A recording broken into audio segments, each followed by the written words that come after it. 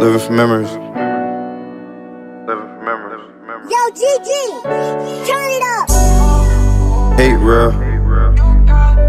Take pills. Hate there.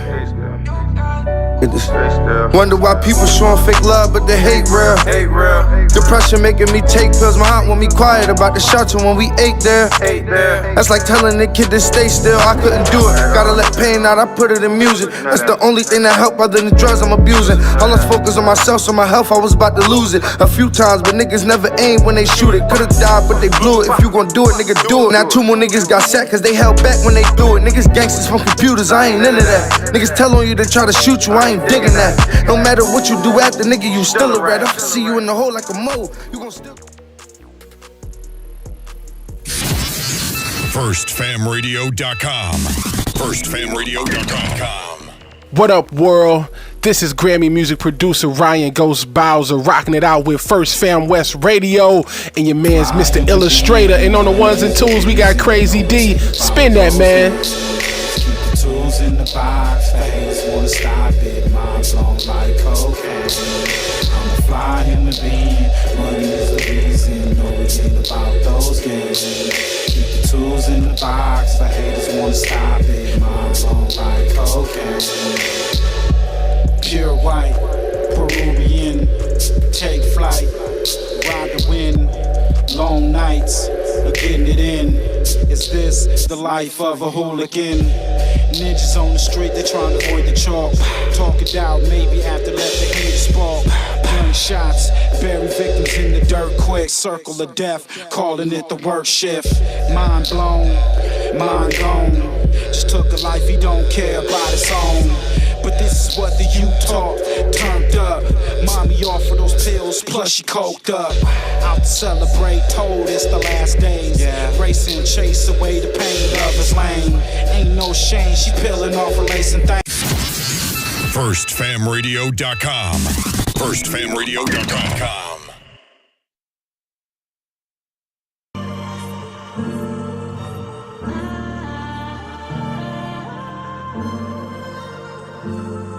Yeah.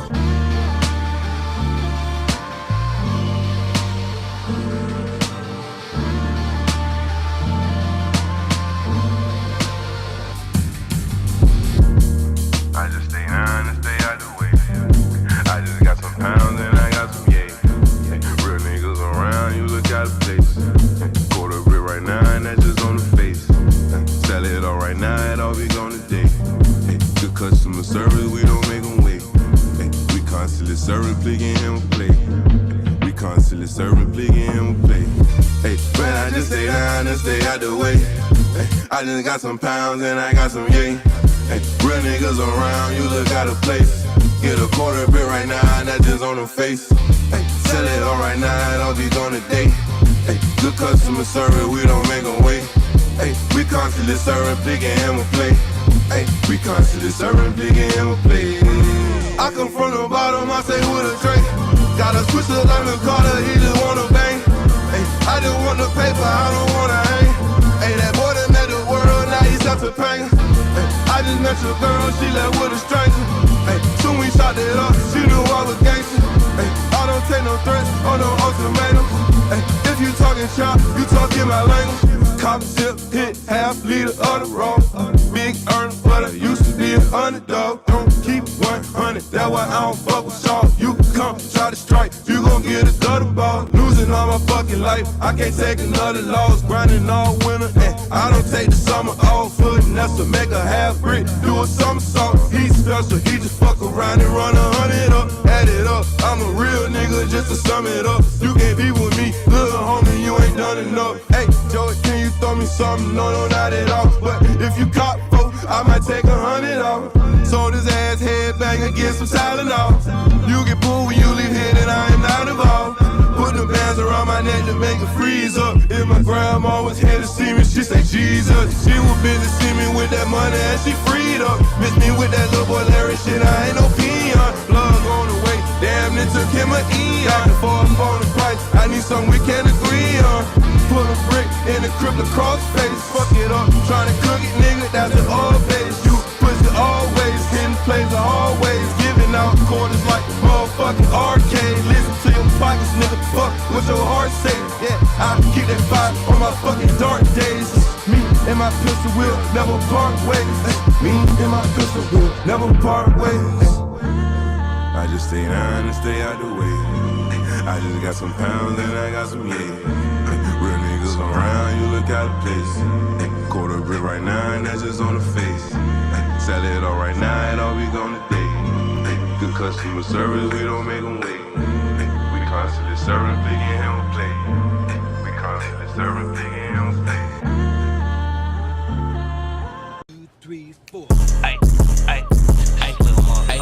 Call it an egg, that's my mafia twin from Jordan Downs. Raise a finger, that's on gorillas, bitches going down. You politicking on instant, I'm out loading rounds. Smoked his brother, smoking his brother, now we in the clouds. Played our freestyle in the courtroom, Brody lost his trial. Doing dope all around the kid, so she lost her child. See, this mafia way of living, it's just our lifestyle. It ain't no waiting, I'm impatient, let's get busy right now, okay? Diamonds dancing, it's off a lick, I like to rob people. Keep it on me, unfortunately, I done shot people. Not legal, nigga, I'm a spinner, we are not equal. Non-lethal, John Cena the poor, I could not see. Long live to leave a hood boy was quick to squeeze a trigger. If your son ever hungry, doggy, I'll kill for that nigga. I'll die for the street that I post on with my killers. That is not my baby. Lately I've been focused on Skilla. I can't tell you what, just know the code word is DJing. That's a highlight play, buddy, we gon' replay it. Well known gorillas from my city, they know we famous. You ain't talking no money, get in line and keep waiting, keep hating. I promise it's coming, Lil Larry, be patient. I had to cut this bitch off, she got feelings attached. I burn this motherfucker down to the ground, to the building collapse. Don't listen to your music, that shit weak and I'm knowing it's cap. 556 cloud, ARP ain't no holding me back. You speaking on my dead, it's okay, you for surely getting smacked. Don't need a microphone, but you know it's for solely a rap. Big eye busters, the enemies is for soaking wet.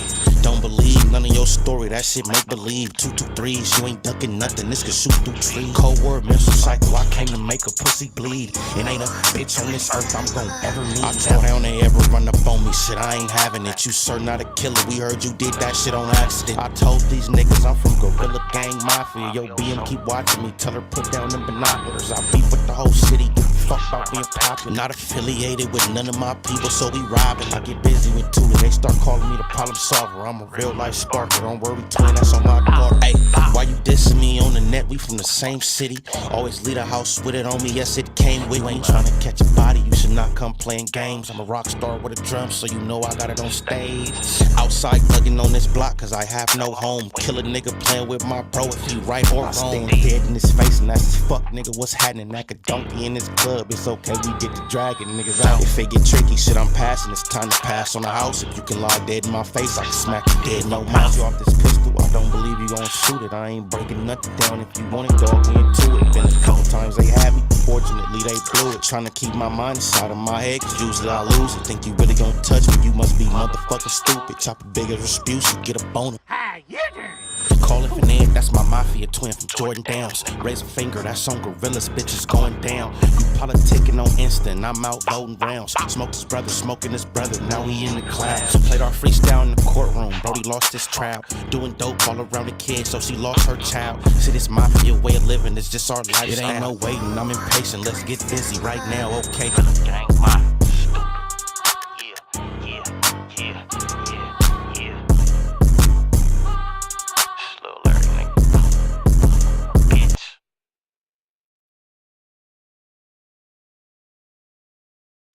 What's good, what's good? We back at like a crack at it. This is your boy Ill. You know, pull up, roll up, get blowed. We got a few things to talk about. A few things. Make sure you like, comment, and subscribe. All that good shit.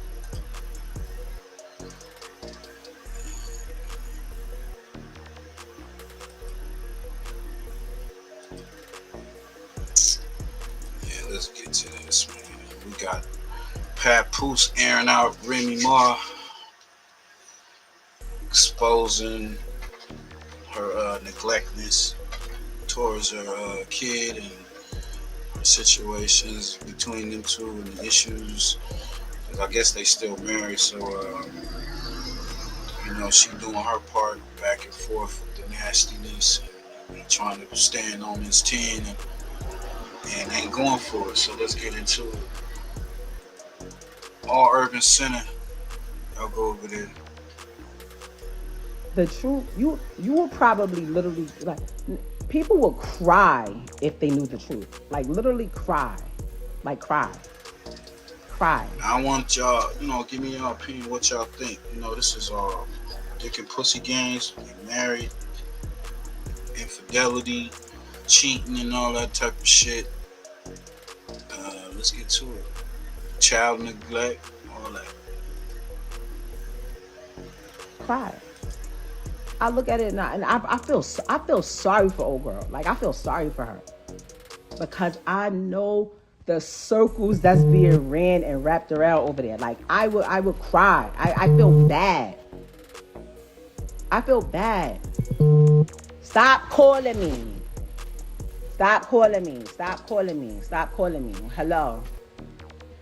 Hello.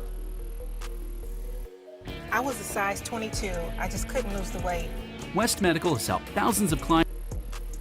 Oh, I'm on live. I thought y'all was calling me to tell me to get off live. No, I'll call you back. How am I going outside? Because I'm not sitting here telling y'all everything that happened. That in a marriage, if you've never been married, you understand? If you've never been married, you wouldn't understand the bond that's supposed to be between two people. You wouldn't understand that. You wouldn't understand, hold on, what you said? Listen. I know what people care about. That man, he cares about what y'all think. I don't care about what y'all think. Like, unfortunately, not trying to be funny. I appreciate my fans and people that are actually my fans and that love me. You understand? But I don't care what people think. Can't nobody with a revolving door on a coochie tell me I'm for the streets. I've been with the same man. I was with the same man for almost 20 years. Can't nobody tell me I'm for the street and make me feel some type of way? Are you crazy? Can't nobody tell me, oh, you fumbled it. It's so funny watching people like, you had a good husband. He's only had one wife. The only person that can tell y'all if he's a good husband or not. And when he was, I told y'all that. I told y'all. When she was cool, when it was what I thought it was, I kept it a bean. When it's not, she accused him. She's saying that he wasn't this outstanding husband that everybody made him out to be. He wasn't. She was putting on the front. So when he was, yeah, it was all Hallmark cards, smiles and shit like that. Every time we saw them two, that's what they was. Her thing about they whole relationship is documented. Now, of course, they're behind closed doors, but you see with the Easy to Block Captain, that shit couldn't keep that a secret. It wasn't. I ain't say nothing. I dealt with it. I ain't never met a bitch. I've been waiting for somebody to just use a little bit of common sense. I ain't never met a female who has a perfect dude that takes care of her, helps her financially, emotionally, physically, is there for you, treats you like this wonderful thing, right? And you just say, you know what? I don't care. Fuck this whole shit. Who does that? A lot of women do that. What you talking about? What's she on? There's a lot of women that had good dudes and threw their relationship away over some foolishness, the immature ignorance. Come on. It's more common than you think. Nobody. Oh, everyone looks so much happier now. Girl, man, don't nobody fall in love faster than somebody with nowhere to stay. This is her truth, y'all. We ain't being biased over here. I literally told him, every time your current come up says my name or does something that I feel is trying to attack me in any type of way, I'ma drag you. And I haven't even been dragging them. Bad enough, you got my daughter's mom out here looking crazy because you refuse to tell people, hey, me and Rem haven't even slept in the same bed since May 2022. You don't want to tell nobody that. You were so wrapped up in the whole black love thing. That was your thing. That was the only thing you had. And I realized that. And I respected that. You know what? I don't need to be out here telling people you ain't this and you ain't got this and you ain't doing this and you ain't that. Whoever get you, they'll see. I seen one of these. She was like, she said there was others. Who are they? I want to know. Do your own homework.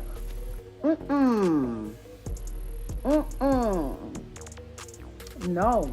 Well, why she outed me? Because you loud.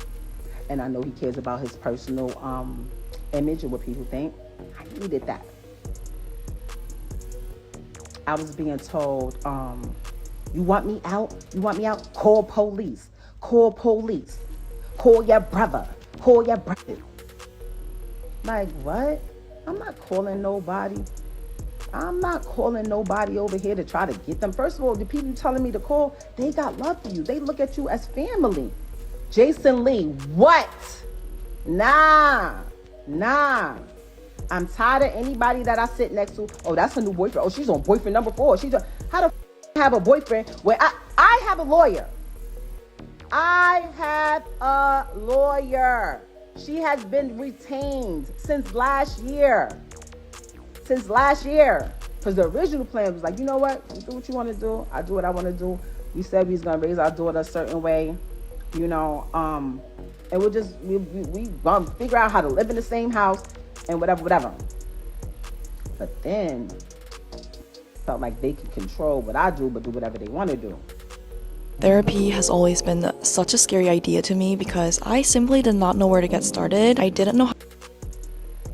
When it tried to do, when it came to my event and make a scene, if y'all really look back, this didn't come from me.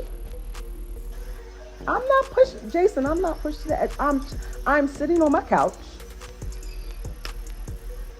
waiting for...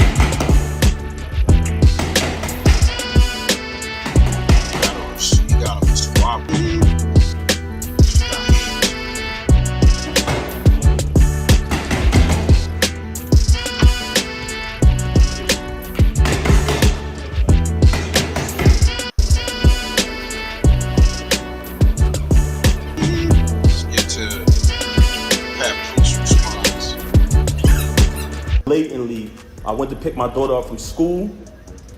When I went to pick my daughter up from school, Diamond was picking my daughter up because that's who has my daughter all the time. And that was one of the biggest issues I had with her because all my daughter know is mommy and daddy. She was raised with both parents.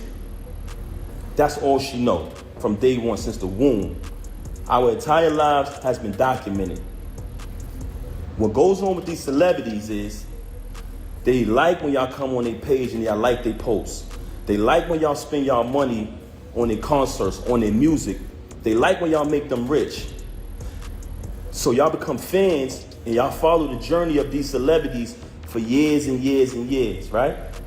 As y'all follow the journey of these celebrities, you basically become a part of their life because you've been following them for 10 years, 15 years sometimes you've been a fan of a celebrity or artist. But soon as something happens, the first thing they say to the fans is, you don't know me, right? Soon as something get out there bad that they don't want you to know about, the first thing they say is, oh, you don't know my life? Yes, they do. They know you y'all know us very well. And the reason why I'm saying that is because don't allow none of these celebrities to fool you. When you hear a rumor that comes out, it's true. We are human, just like y'all, the audience, the supporters, the fans. So now you have a person here who check. Life has been documented for decades through the fans watching us, seeing when she got incarcerated. Watch me visit her every day for a year straight. Watch me bring her 35 pounds of food a month. Watch me hold her down. Watch me in the courtroom getting into altercations with court officers over her. Witness when she came home. Witness me go build the anticipation for her to come out of prison. Had a different artist do a drop every single day. Oh, the queen is coming, the return of the queen, right? Petty Queen in the building. Hey sis, when you going on, let me know. We gonna tap in. We gonna definitely tap in. All the fans witnessed this. Witnessed her come home. Witnessed us have the big wedding ceremony. What you think? You being a female, you think Remy dropped the ball on this? Followed our entire journey. Never trust a celebrity who erased their Instagram. You ever notice I never erased nothing on my page? All you gotta do is scroll down. The same page that she utilized today to lie for an hour straight and tell all these fabricated stories, the same page I created. You know what I'm saying? But that's neither here nor there. We'll get back to that later. I went to pick my daughter up from school. There's a young lady who was picking my daughter up from school. And I notified her, hey, I called her, I said, hey, I'm coming to pick her up. I picked up my daughter, gave her a hug, gave her a kiss, show things you do when you see your child. Embrace my child. And I had to go take care of something that day. So after I see my daughter, I just wanted to see her and hug her because everything had been going on. I hadn't seen her in a little while. After I left, I think the next day or next 2 went by, she contacted me. Hey, you haven't seen your daughter since New Year's. I said, excuse me? I just seen my daughter yesterday. I just picked her up from school. What are you talking about? She didn't even know that I seen my daughter. You know why? Because she's never there with my daughter. She is never there with my child. And it's crazy that you have the audacity to open your mouth and say that. Y'all gotta let me know, dude. I haven't seen my daughter. Not only due to the fact that you didn't get away. You didn't allow me to see her, since I finally got tired of your lies, tired of your nonsense. I know we just played Remy's response, and she responds some more, but y'all let me know what y'all think. She's saying that I guess he was a good husband sometimes, and when he was, she put it out there. But I guess she's saying that he wasn't most of the time in their relationship. And I guess she going back and forth with this girl. But I'm still get into this content. Let me know. And moved on, but the fact that while you was running out here cheating with this lame, not only cheating with this lame, you allowed him to destroy your entire life. So muffled, nigga, turn it up. Cause you mentioned my children. Let me know if y'all can hear me. Can you hear me now? Yeah, motherfucker. If you can hear me, let me know. There's a few people saying they can't hear me. Let me know if y'all can hear me. I'm not covering the mic. I said I'm covering the mic. I let it go now. It's good? Brooklyn Jad here. Jad, can you hear me? All right, now, yes. Okay, cool. Like I said earlier, for those who just came on the live, everybody who know me, and I'm talking about speaking with my actions, I don't do this. I don't clout chase. I never come on social media talking about anything. Even when I got stabbed in my back. Even when I got stabbed in my back by the person that I moved mountains for, fought battles, did everything, was super loyal to. I still didn't slander you. I still didn't say nothing. I just kept it moving. But you had the audacity to mention my children. So since you want to mention my children, and that I can't let ride. A lot of people like, yo, Pat, that's not you. Don't entertain it. You know what I'm saying? People see through it. She's bitter. She's miserable. Yeah, that's a fact. But you mentioned my children, and that I'm not letting ride. So with that being said, You abandoned my child for months. I'm sorry, for days at a time. Knowing she had to go to school the next day, knowing I. So she abandoned her kid. She wasn't doing her mommy duties or parently duties, and she was out getting her back blew out, or she was out having fun with Easy the Block Captain. Allegedly. This is what he's saying. I had to go to work the next day, since you want to get up on you and say, "Oh, you don't have a job," because you know, when I got the executive position at TuneCore initially, knowing I had to go to work the next day, knowing my daughter had to go to school, you stayed out with the lane. You stayed out with the lane. You want to talk, and you stayed out with the lane while your daughter was crying for you, tears.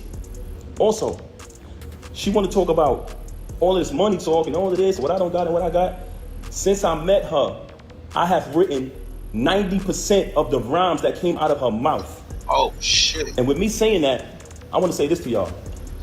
Anyone who has an iPhone, you know how iPhones work. When I was younger, I used to be able to write rhymes in my head, create rhymes in my head, and remember them.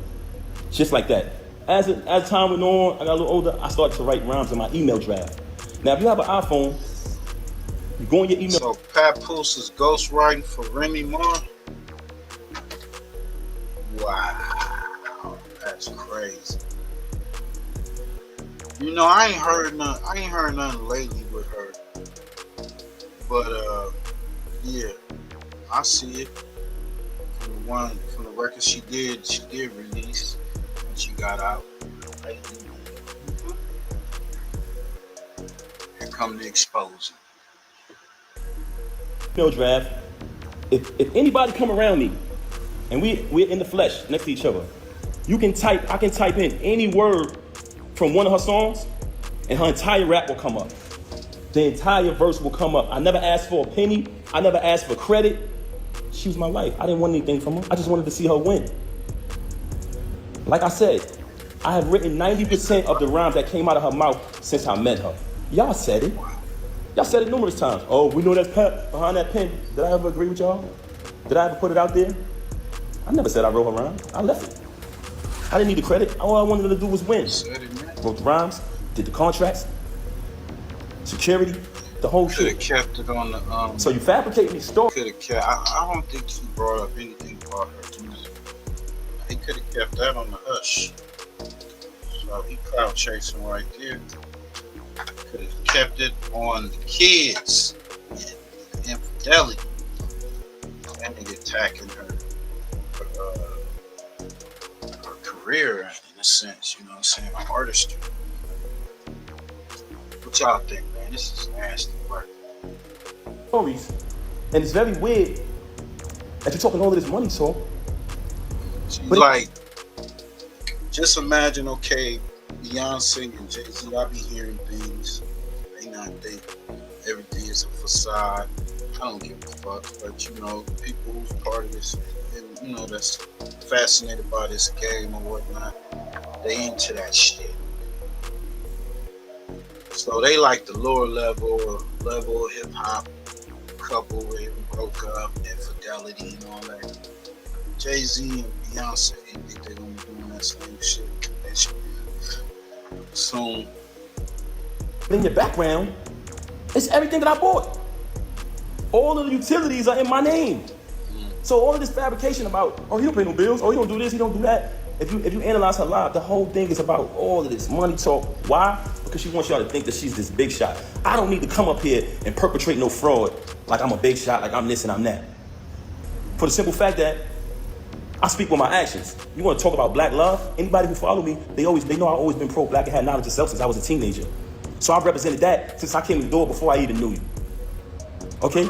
So don't ever talk about black love and what else she said? I gotta remember. So, first and foremost, very bipolar, very delusional. This is a person who will sit in front of you. She will post that live, and she'll say later, I didn't do that. I wasn't on live. You'll be sitting there like, huh? She will say something to you, and 10 minutes later say, I never said that. Very bipolar. And I don't want to talk bad about her, man. That's something that I never wanted to do. That's why when this took place, when she first got caught cheating with the lane, I brought it to her attention. I said, first of all, I couldn't even believe that she would stoop that low because he's such a cornball. Y'all see it, y'all say it yourself. I'm like, yo, there's no way it's this nigga. Because I'm trying to figure it out. Like, damn, who is this nigga? Because, you know, we were living a normal, peaceful life, raising our child like we planned to, and she started to move real strange. So in the process of her moving strange, it became stranger and stranger, worse and worse. So I said, damn, I gotta see what's going on. What the hell is going on? I started to do my research. As I did my research, I found out she was cheating with the lame. So once I found out, I brings it to her attention. I said, mind you, I didn't knock him out because he slept with my wife. Like I told y'all before, the reason I knocked him out was because he shook my hand and then slept with my wife. It's a difference. But let me tell y'all this. So I bring it to her attention that I found out that she's sleeping with the lame. She tells me, him? Why him? Why him out of all people? Not Cuz? Not Hitman? That motherfucker look like it, you know?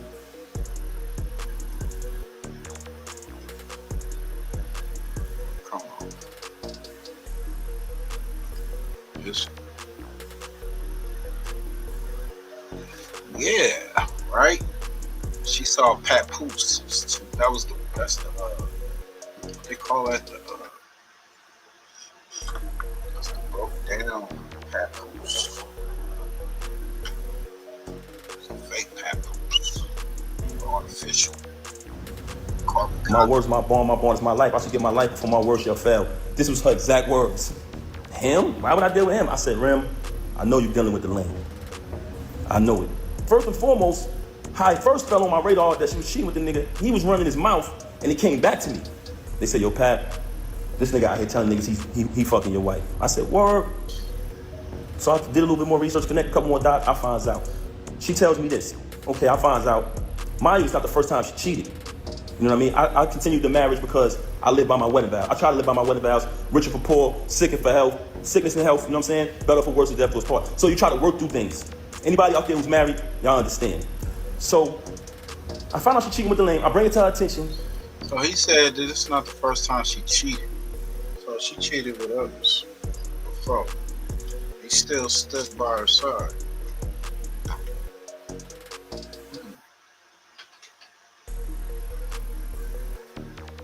Of course, we have an altercation, like basically argument back and forth or whatever transpired, right? Okay. She decides, and I decide that we're going to go to therapy. But she brings it to my attention, to be honest. She said, I think we should do therapy. I said, okay.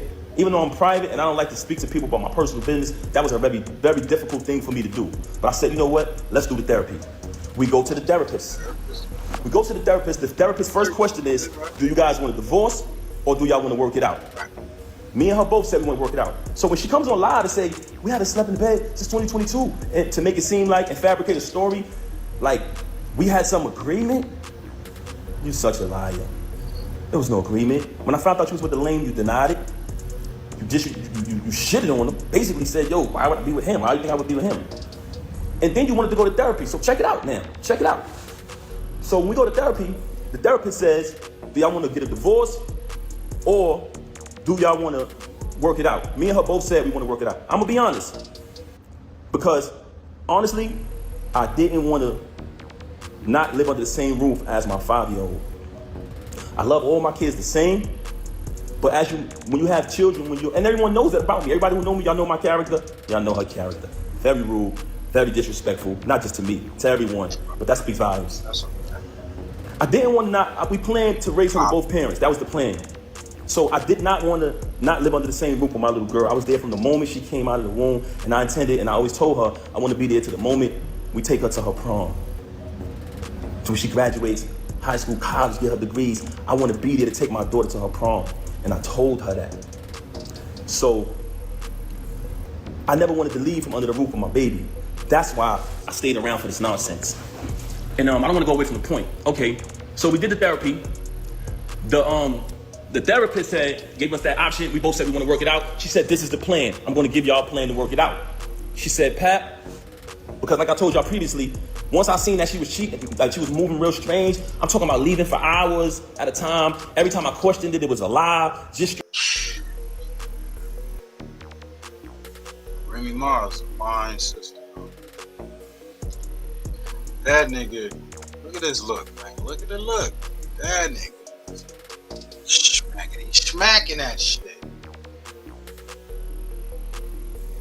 That nigga was giving her the 50 G's. Straight up. Didn't give a fuck.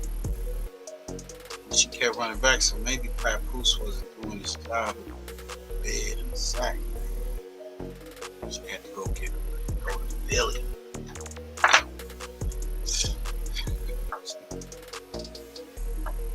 Strange behavior. So once I noticed that she was moving strange, I started to do my research. So the therapist said, because she told the therapist, mind you, she got all these lies to y'all about me. The only thing she told the therapist was, oh, he doesn't trust me. He's going to keep looking behind me and trying to find out what I'm doing. But the only reason why I was looking behind her is because she was moving strange. So I went home with my daughter. She went home with the lane. Went home with the lane. Okay. She came home. She went home with the lane, stayed out all night, came home probably like the next morning. When she came home, after that, we got the baby is dead. I ain't tripping. Kept it moving, kept raising my daughter, kept it pushing. A couple days go by, things a little peaceful around the crib. I reached out to the therapist, let her know what transpired. We went to the event, everything was everything. Yeah. After those couple days, me and my daughter, we all sleep in the same room. We go to bed. I'm saying it's bedtime. We sleep together in the same bed every night. Salute. What you up to? As we sleeping in the bed, I fall asleep. My daughter's in the middle of us. So it's 2 beds in our room now at this time because she started doing weird things around the crib or whatever. So me and her, my daughter in the same bed. It's another bed over there. I wake up. It's just me and my daughter in the bed. So I get up. I see her in the other bed. So I go over to the other bed. And as I go to the other bed, I notice that her phone is on. When I pick up the phone, I see the lame on the phone. You know what I'm saying? I said, okay. She on the phone with the lame. So after that, I woke her up. Hey, what's going on? What's what you doing in here? What's what we doing? She started lying again. Fabricating, this, that, and the third. Long story short, she kept cheating with the lame. Okay, move forward from that. Another battle comes up. He delayed. Y'all go check that shit out, man. We gonna get to this next shit. The real Vato in the building. What's up, my boy? What up? Yeah. No Wacc in the building. What's good? It's the only programming dog. For sure. Full Got time. money. Yeah. CAPP'N. I'm gonna put you on mute. I'm gonna put you on mute. You got a lot of noise in the background, but I'm gonna put you on mute. You still up, though. For shit show. That's the homeboy. Hey, we got Arron the Plumber, man. I guess he done Arron the Plumber done told on them boys. Told on Wacc 100. Made filed a report on this thing. Terrorist threats. Attempt unaliving. Some shit, man. Fuck this nigga. We got Cliff World TV. Breaks it down. Y'all go over there, like, comment, Jones for terroristic threat. Detectives just text me, and Wacc 100 has a warrant for his arrest for terroristic threats. Won't go knock the mama down. In case y'all forgot, Wacc 100 told Arron the Plumber that he would knock his mama down. And just a couple of days ago, Adam 22 came to the No Jumper podcast, and he exposed the paperwork about Arron the Plumber telling on the dude that shot him. Now, this would provoke Arron the Plumber to say, you know what? Since y'all want to play snitch games with me, bro, I'm finna just go ahead and I'm finna call the police department and tell them that Wacc 100 is harassing me. And not only that, I'm gonna get them locked up, brother. Yeah, for terroristic threatening, brother. So let's go ahead and get off into Adam 22 exposing his paperwork. But after that, let's come back and see what Arron the Plumber had to say, bro. Because like I say, he said he talked to detectives. A warrant is put out for the arrest of Wacc 100. But before we get off into that, let's re-jog our memories on this right chip. This is the thing, is that Arron the Plumber is going out of his way to squash these snitch allegations. Swamp Stories was about to do a video about it. Arron the Plumber hit him up, started threatening him that he was going to sue him. And Vlad removed the clip from his interview with Wacc where they talked about the Arron the Plumber because Arron the Plumber going to do a fight for Wacc, like a boxing fight.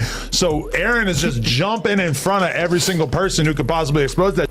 I got the paperwork. Why don't I just expose it? You guys want to look at this paperwork? All right.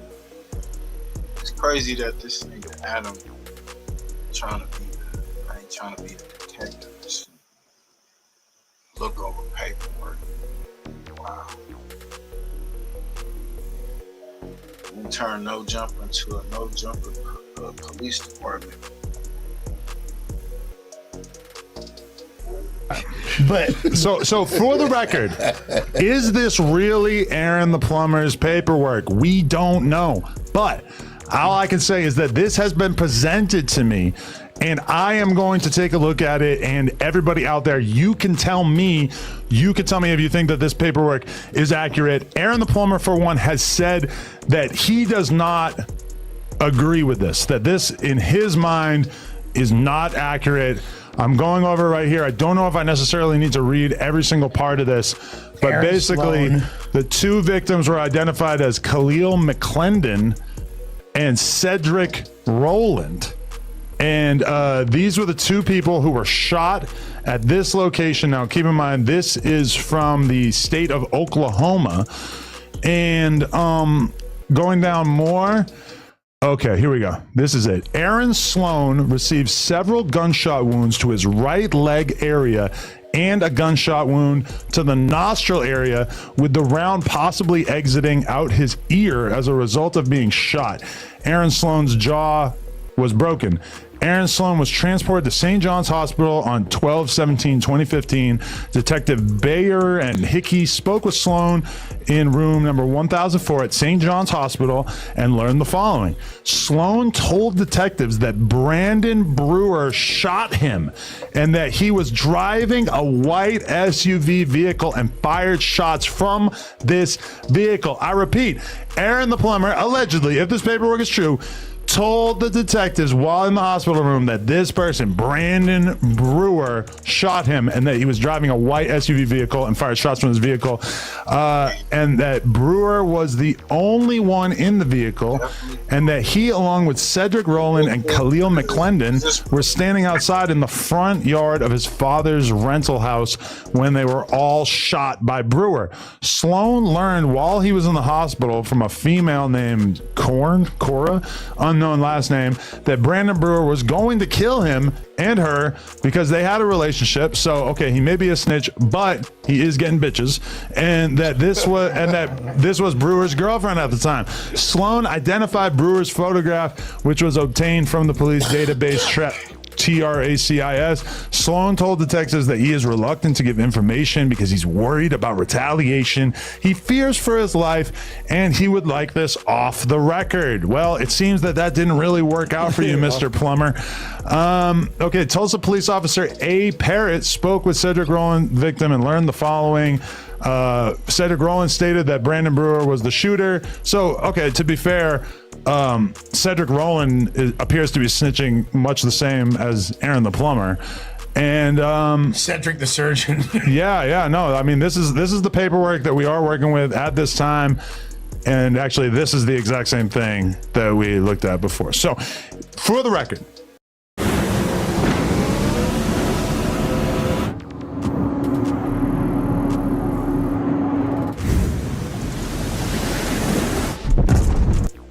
I'm speaking to Arron's legal counsel since he already promised me that he was going to sue me. A, f*** you. B, bring it. C, that paperwork is all alleged. We don't actually know. But this was hand delivered to me by a little birdie. I implore everybody out there, take all of the relevant information that you can see on the screen there. Look into this. Find out if it is true. But if it is true, Arron the Plumber, we need you off the streets because we cannot afford to have another one of our brothers get locked up. And from my eyes, it seems like you are an existential threat to the freedom of everybody around you. This goofy ass shit. Big bastard.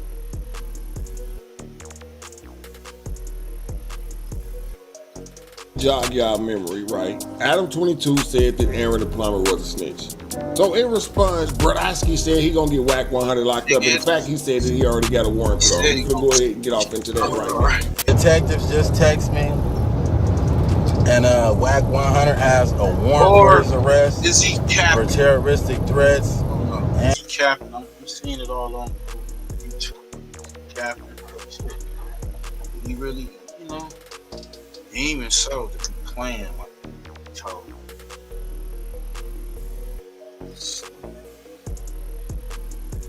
Now, from what I heard, I guess he was sending bras on track or whatever. Other shit. I have heard him say he used to, gangbang or part of some type of crew set, whatever, I don't know. Dabbled in the streets. He knows. This is his way to get at Wacc. I thought him and Wacc had some type of business arrangement and shit about some boxing, him boxing, full extras. Now this is a video of him getting spit on by donor.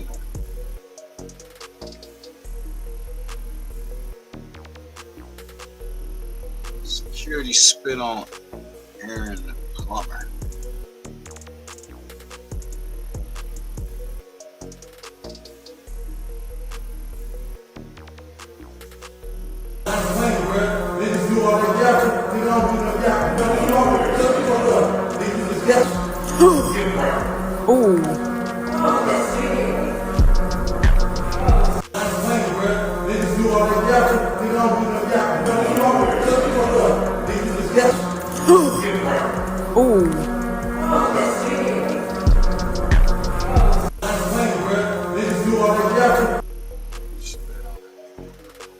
Spit on me, they on fire.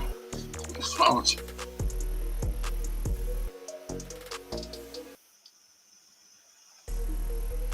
Crazy. Survival. Stabbing him. They say I'm yanking him. I don't even like how that sounds. I'm yanking him. Pause that shit. I'm stabbing your ass. Fuck that. What they say, push that knife? Shout out to them. Push that knife. What? Plumber, man. Yeah, I'm saying in a real way. Hey, a lot of people ain't gonna feel what I got to say right now. Yeah, I'm saying, but I don't give a damn, bro. Y'all gonna hear it straight from the horse's mouth first, you know what I'm saying? So I know some people probably stop rocking with me. Some people stop calling me because of this. Man, but it is what it is, Brodowski. I gotta do what's best, you know what I'm saying, for me moving forward. I gotta do what's best for moms. And it ain't like, you know what I'm saying, nigga finna pop out and let me address the situation. Nah, people been looking for this buster forever, trying to get with his program. You never gonna see him. But I know who is finna see him. Yeah, man, that judge, man. Yeah, so I'm gonna tell y'all, Brodowski finna pursue conspiracy to commit murder charges on Brodowski too. So this ain't no surprise. Y'all gonna hear from me first, man. You feel me? They finna be on here. Arron's a snitch. He's a rat. He's a rat. Man, I guess so, Brodowski. You know what I'm saying? It is what it is. But you feel me? This was a tough decision for me to make. You feel me? It's definitely. And then how Wacc, you really influenced my decision too, man. You know what I'm saying? How bro was trying to, he was going to Northern Cali, you know what I'm saying, trying to turn people against me with some fake paperwork. What y'all think? Arron the plug, rat, snitch, civilian. Is he straddling the fence? You know? To see a nigga in jail, that's crazy.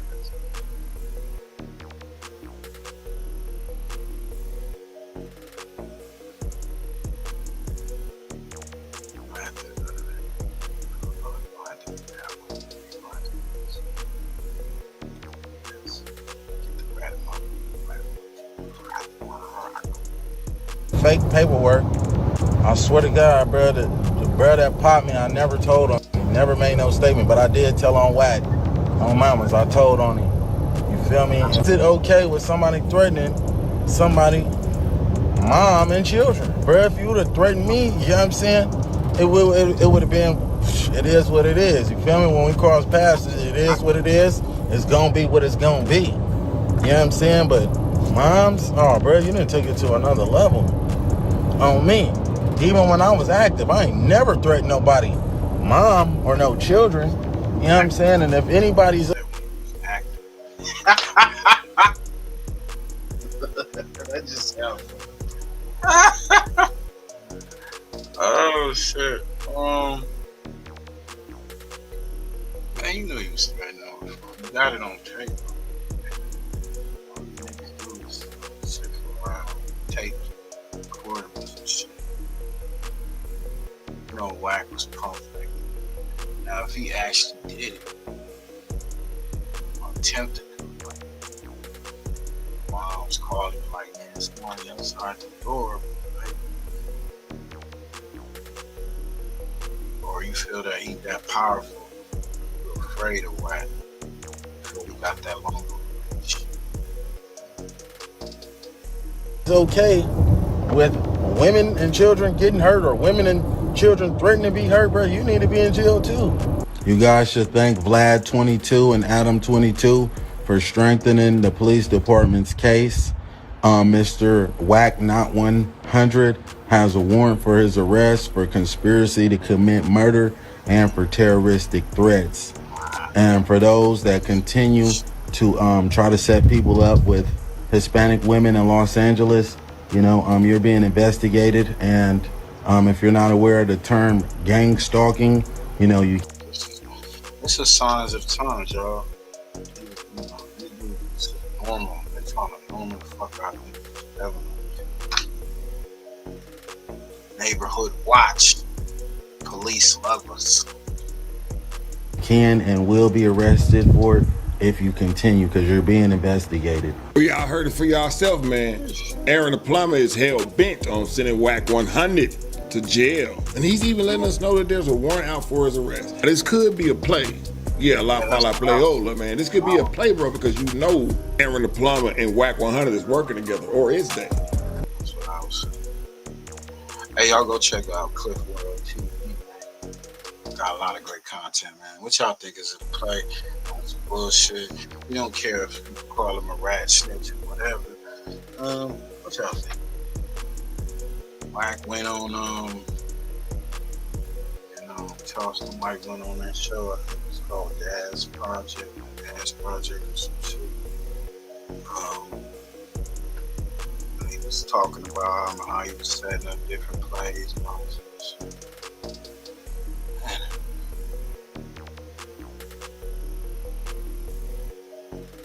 That's some people. Son Campbell. What that nigga talking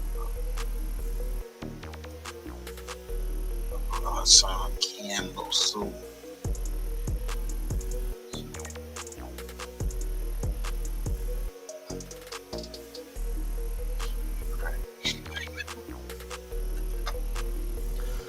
Alright. Good today. Put this banner up, y'all.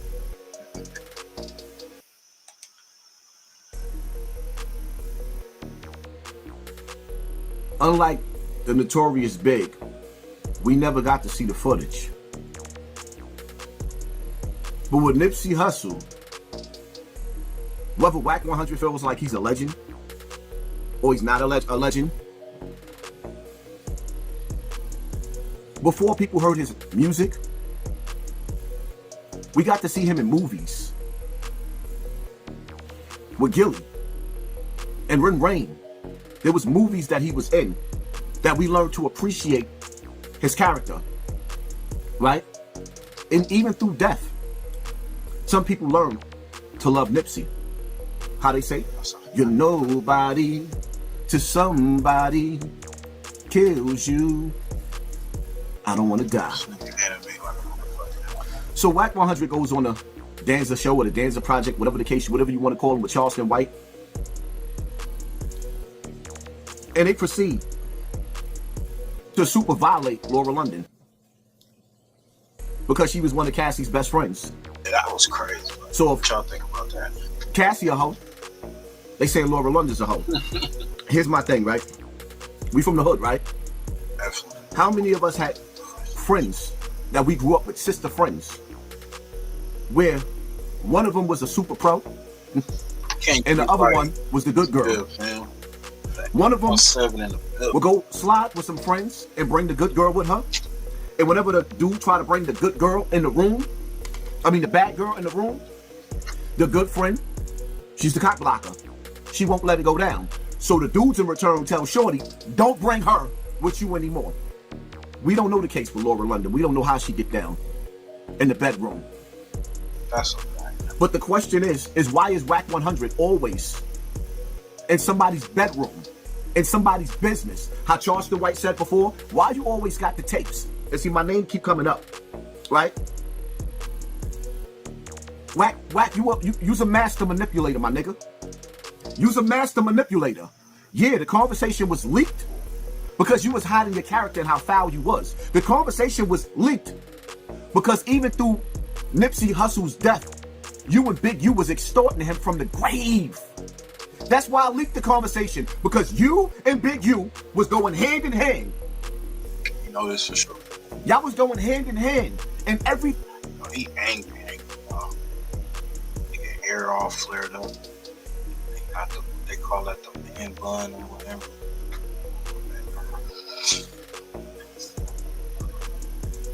They like it's 12 stud.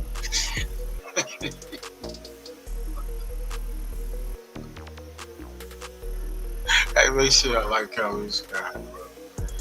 It'll be cool, man. Don't get your panties in the bunch. Hey, they was going in on London. They know they shock jocks, both of them. That was what the homie Bruce M said. That was the Snitch Olympics. Snitch Olympics right there. Everything that y'all was doing. Once again, will Nipsey Hussle ever rest in peace? That man will never embrace Laura London again or his children. And from the afterlife, if he can see and witness what's going on, now he has to watch you go on platforms. This is what Ivy League universities you can get into with a 3.6 GPA. 90. And shred his wife to pieces. And see, this is where we the people, have to sit up there and say enough is enough when it comes to Wacc 100. It's time to pull a plug on him. Turn his TV off. Turn his TV off. Unsubscribe to him. Because at the end of the day, if y'all can't see that Wacc 100 is digital COINTELPRO. That's a fact. If y'all cannot tell that Wacc 100 is digital COINTELPRO, the nigga is a cyber cop and he only has one mission. Nipsey Hussle, before he died, was having meetings with the police and gang members, unifying the hood, having Crips and Bloods come out on the same block and enjoying each other. And you think they wasn't gonna send a top cop to infiltrate these YouTube streets? Did y'all really think that they wasn't gonna send their top cop to infiltrate these YouTube streets? Wacc 100 went out of his way to sit down with me so he could sabotage and derail my whole career. Niggas was mad at me because I recorded him, because I knew from the jump the nigga was setting me up. Oh, the plot thickens. So Hassan Campbell Soup is mad that his career got derailed. Yeah, it got derailed. He feel that Wacc clapped his career, took his career out because he was the sensation on YouTube. You call this the dirty section or whatever. He elite, got a lot of subscribers, but he's not the talk of the town no more. So he blames Wacc. He's saying that Charleston White is the new Hassan Campbell. Let's get back to the content. They spend billions of dollars to keep us stupid. You think they're gonna let a big mouth Hassan Campbell come wake everybody up? And see, the thing about it is, now you got the two top cops sitting down together, tearing Laura London to pieces. Wacc 100 and Charleston White. About that part. Charleston White was my replacement, which I don't see it. I can't see. That was his replacement. So Charleston White took his spot. Damn. Hassan Campbell mad that Charleston White took his spot in the media, in this media run. That they on the YouTube in this media space trying to be the top personality when it comes to this. Charleston White is he like a shock jock. He's saying off the wall shit. You know about Wacc. So they both got on the show together. It was I guess it was like a battle of the snitches. But Hassan Campbell's mad. He's reacting to Charleston White and Wacc 100 interview on Nipsey Hussle. So they was sending shots to Lauren London, saying that she was partying with Diddy. So I guess they feel that Cassidy lured her to the bedroom and she was doing freaky shit, and Puffy was probably hitting it. Yeah. Let's get back to the content, y'all. If they can't destroy you, they will distract you. Yo, that's so they're taking Charleston White and run with the same narrative with the Hassan Campbell. My number one beef. Remember the dude that aired out the train, the black dude that aired out the train, everybody on the train? He made videos before he got locked up. I never even knew the nigga exists. And he's telling everybody, Hassan Campbell gonna get his TV turned off by gang members. Because I was going at gang members and rappers. Gang members and rappers, celebrities. Charleston White comes out and steals my whole blueprint. Gang members and rappers. Gang members and rappers. My whole blueprint. Why do you think that is? Charleston White is the only one that you've ever seen speak about the small hats. You know who I'm talking about. Disrespecting people. Every culture he's disrespected on this internet, included the small hats, and they run the world. And he ain't get canceled? Instead, he's sitting down with Aiden Ross? What? Scooby-Doo? Yo, he's a plant. Remember when you watch Scooby-Doo and you catch the boogeyman and you take the mask off, it's always somebody that you know. Wacc 100 and Charleston White.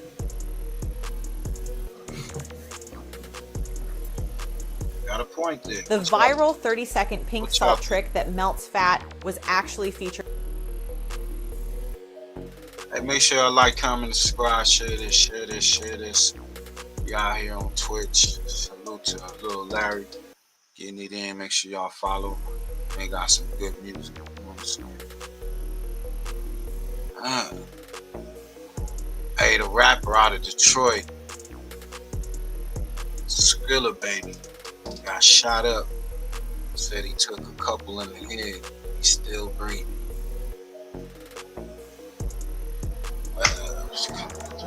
Man, we sent a press out. But we're gonna get to that.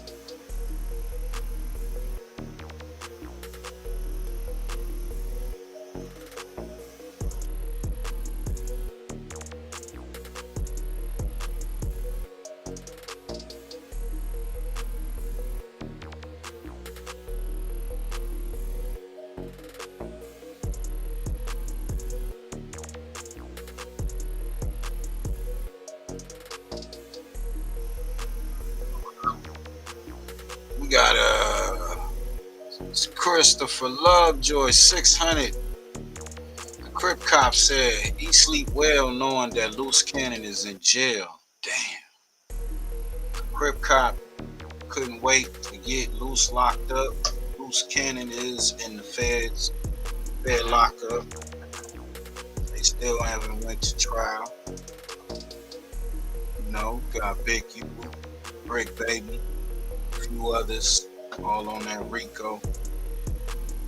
And they was Wacc 100. Who? Yeah. Both of them. All of them got caught on. Operation Drawdown.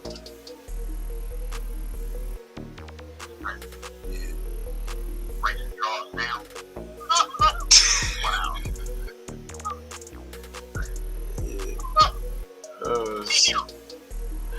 Hey, make sure y'all like, comment, subscribe. Like I said, don't get your panties in a bunch. We're not biased over here. We just look at the content the way it comes through. So, your boy Christopher Lovejoy, aka the Crip Cop, said he sleeps well knowing that Luce is in jail. And his homie said you calling Big U. Hold on. You calling Big U a snitch. Why you ain't called that man out? Why you didn't go see that nigga? What you say, bro? Why you think so well that man? That man doing him. They played him. They was supposed to be on the same team. But he done talked this. Loose Cannon done talked himself into jail. He went on No Jumper and started telling and snitching on himself and snitching on the whole operation that he alleged happened with him and Big U. But this is what he's saying. Let's get to it. We got Scandalous Los Angeles. Make sure y'all run out there, like, comment, subscribe to the channel. Homie, be having great content. Let's get to it. Is supposed to move when he speaks. The crazy part is, at the same time, Loves Boys is going out of his way to make the world believe that Big U told on Eddie Boy, Lucy Coochie, and the Porky Porch Monkey CS2 back. Bring Eddie Boy on Clubhouse and prove that Big U didn't tell on him at all. When I was in the pen, bro, I let the brothers in the section, brother, know about the paperwork, bro.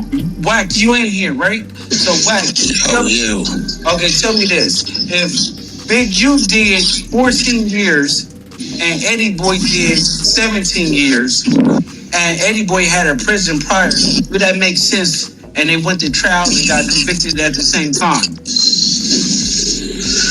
I have a pride in, but shit, that ain't got nothing to do with whatever paperwork he say, whatever statements he gave. Eddie Boy said they gave a statement. We ain't seen the work yet. Eddie Boy said gave a statement. We ain't seen the work yet.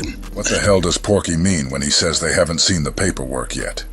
Him and Loves Boys have been parading around the internet for the longest now, saying Big U told on Eddie Boy, and that they had the paperwork. Big U's paperwork is out. It's out again for the third time. The official paperwork, Big U's a rat, snitch, whatever you want to call him, he's all bad. He made statements. This statement is the actual statement that got Eddie Boy charged with conspiracy. Eddie Boy got 32 years. This work been out 30 years ago. Eddie Boy put the work out. Eddie Boy went to the law library, made 100 copies of this paperwork, and sent it out to everybody he can mention. They ignored it then. I brought this paperwork out. Can't I settle back taxes with the IRS on my own? Well, the answer is yes. And if... Okay. You guys in YouTube land, in the YouTube streets, you're looking at the AKAs of one Eddie Wagner, AKA Eddie Boy, and then you're looking at the AKA of Eugene Henley, who was Big U, which is David Austin. Come on, little more, bang.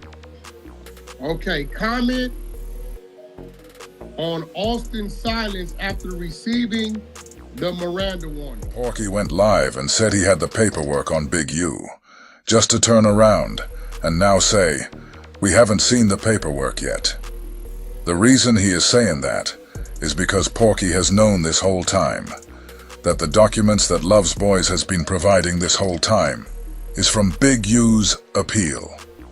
It's not the paperwork from the case. This shows you that Porky has been helping Loves Boys paint this narrative, knowing it was a lie the entire time. Eddie Boy said that, don't you know, if somebody's snitching and somebody telling on you, right? Wouldn't you wouldn't go to trial. You wouldn't be on the same case. You wouldn't be on the same yard as the person that snitched on you, right? Nah, somebody gonna be a keep away. So Eddie Boy explained Somebody be a K1. I don't know. Y'all, they on the same yard?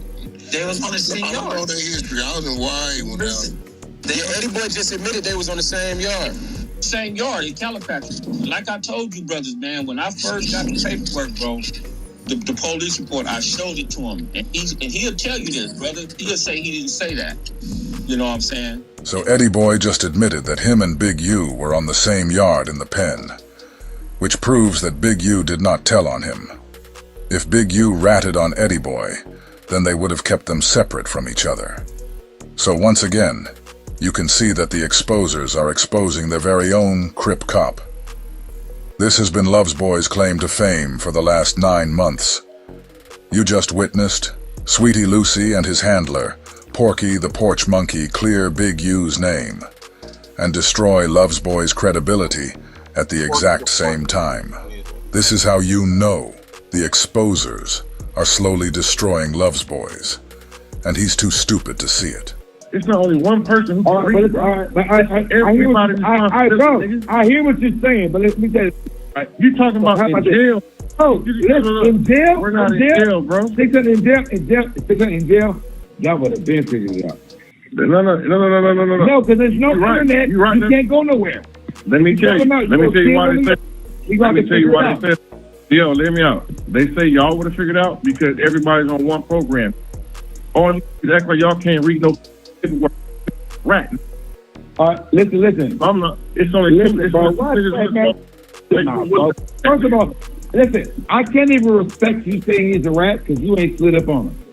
It don't matter what the paperwork stands for itself. I'm in Italy. It don't matter. So are you from 60s or you a reporter? Bro, the paperwork. Are you a reporter? Or are you from 60s? Because right now, are you saying, oh, it's a report. It's like a reporter. Are you April? Bro, you know where I'm from. We ain't got to talk about that. No, we already talked about it, bro. Whether I read the paper or not. Hey, this was Ross said. He said, wherever you want to meet, bro. Hey, listen. I just talked to Ross. He said, he's lying to you. He said 600. He said, you want to make a pay-per-view or you want to fade? He said, I don't give a Yeah. He said, he gonna That nigga Draw said, you want to make a pay-per-view or you just want to go in the backyard, nigga.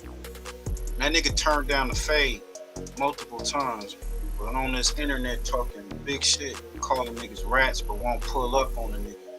That's a no-no. Y'all know that, nigga. Fuck what the niggas is talking about. If you gonna play the game, you gotta play it all the way. But this nigga is a cop.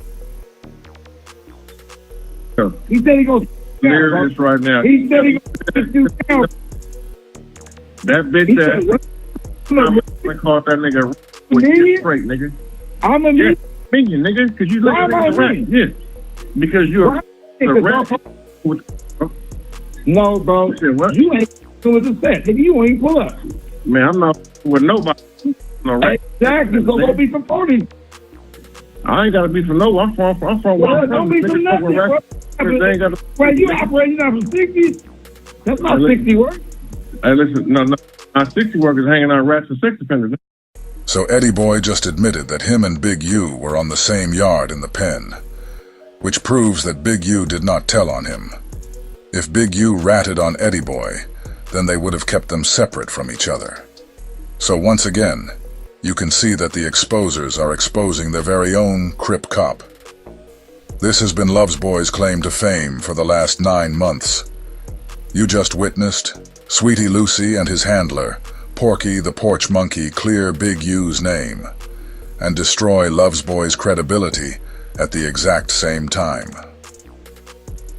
Are you looking to sell your house but don't want to pay expensive real estate commissions and deal with all the hassles? Then look no further. Well, then don't hang out with us, Doug. Go hang out with the police. I'm not hanging out with no rats. If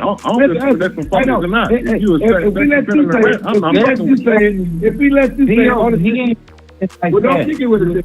Don't kick it with. Listen, I kick it with who I want to kick it with. With the police. Exactly, with the police. You're right, with the police. Nah, nigga, you don't see me What's the around police? 6 You the police, bro. You know, you already said Nigga, didn't you say that? I'll be with all through the city, bro. Yeah, Ain't no rap no friend with me. What city was that? Blood, diamonds, nigga, whoever. What city was that? Me and Keita just left the house. Me and Keita like, when you gonna pull up? Bro, I don't got no fuck with you. We ain't gonna pull up. Keita got my number. Can I get a hug? Hey, can I get a hug? Can I see you? Bro, I ain't see you. Can I get a hug? Can you pull up? Can I get a hug? We straight. Can I get a hug? Can you pull up? I don't got no fuck with you. Can I get a hug? I ain't see you. He's telling cuz is not telling you. If he's telling you come and get a hug, he's talking about he wants to get a face. You guys hear Lucy? He acts like Love's Boys doesn't understand what's being implied. And for all of this, the good old Crip Cop is gonna run right back over there to the Porky Porch Monkey and act like none of this happened. No, listen what I'm saying. Dio, we straight here, you know, but it's just so many rats and rat lovers over there, bro. I ain't on hood. No, but can I tell you something? Me, Keita, Baby Ray, Scroogy. No, listen. Bro, we 40-something, bro. We the front. There's no more big homies. We the big homies, bro. So when niggas somebody call me, listen. When niggas somebody call somebody else, whoever you call, they call us. Say, oh, we said, so what? You can't call and say nothing. We the front, bro. So at the end of the day, let me finish my statement, bro. Either you from the front or you not. But I'm saying like this. You know what I'm talking about. 600. Cuz just you call somebody and say, you call Ray Cat and Ray Cat, and you told Ray Cat ain't pulling up because he don't want That's not true. Look. Call me when I'm an hour away from doing something, I'm taking care of some business, and say, what's up? I said, what's up? They said, the homies want you to pull up. I said, for what? Want you to pull up? I said, bro, for what? Niggas making excuses. He ain't pulling up in the set. You know they gonna whoop his feet. Pull up. We don't like what you're talking about. It's me. On this internet, calling Keita's really mad. Playing with the black boy. Keita got my number. They gonna Hey, bro. What's wrong with y'all niggas? Hey, bro, Keita got my That's number, bro. not And that's not who called me, bro. I don't know why you think you called me. I called you and Keita was standing right there and I had Keita the phone. What are you talking about? No, you didn't call me, bro. What are you talking about? What number you called? Bro, I got the number from Jermaine. I said, Jermaine. Hey, bro. Push called me, bro. No, we didn't. I remember like it was yesterday. No, we didn't. Bro, the reason why I called you. Can I tell you why? No, listen. This I remember like it's yesterday. Because Rick Beatty was on the internet and said something about, he said, he was talking about you. And he said, this Sunday never got down with Dio. And I said, don't put me. I called you. I said, Joe Rick Beatty said, that wasn't the same day. Push called me and told me to pull up, bro. I remember. But first of all, I never told you to pull up. I told you to pull up. You're talking about 2 different days, Dio. What, the day I told you to pull up to my house, I didn't say pull up to no alley. I said pull up to my home. Because I was going to talk to my boy. And you're talking about a different day. You're talking about a different day. That's not the day we're talking about. When you said I called. Day, bro, you still ain't pulled up, nigga. Okay, listen what I'm saying. Dio, we've been on each other for 20 years, right? Have you ever just called me and told me to pull up? Have you ever been on the internet and act like a nut? I'm just asking you a question. Have you ever just called me and told me to pull up? I never had to. Okay, so then you don't. Okay, you're doing some wild stuff. Okay, Dio. Me and you don't be just hanging out like that. So I'm going to stop what I'm doing an hour away to just come pull up. I don't hang out with Okay, bro, that sounds good. But if I say, bro, pull up, and you say, I'm going to pull up, why? No. Y'all gonna be waiting on Christmas. That nigga ain't gonna never pull up. He gonna pull up with the horse. Hey, yeah, I wouldn't fuck with him. He gonna come up with the SWAT team. He did. He pulled. That nigga pulled after Big U got arrested. When they arrested him, he pulled up. Nigga, he was there. He was there. That nigga was there with the force. Yo, Hocus 4/5 warns Wacc 100 stop. He said stop or get sued, my nigga. Man.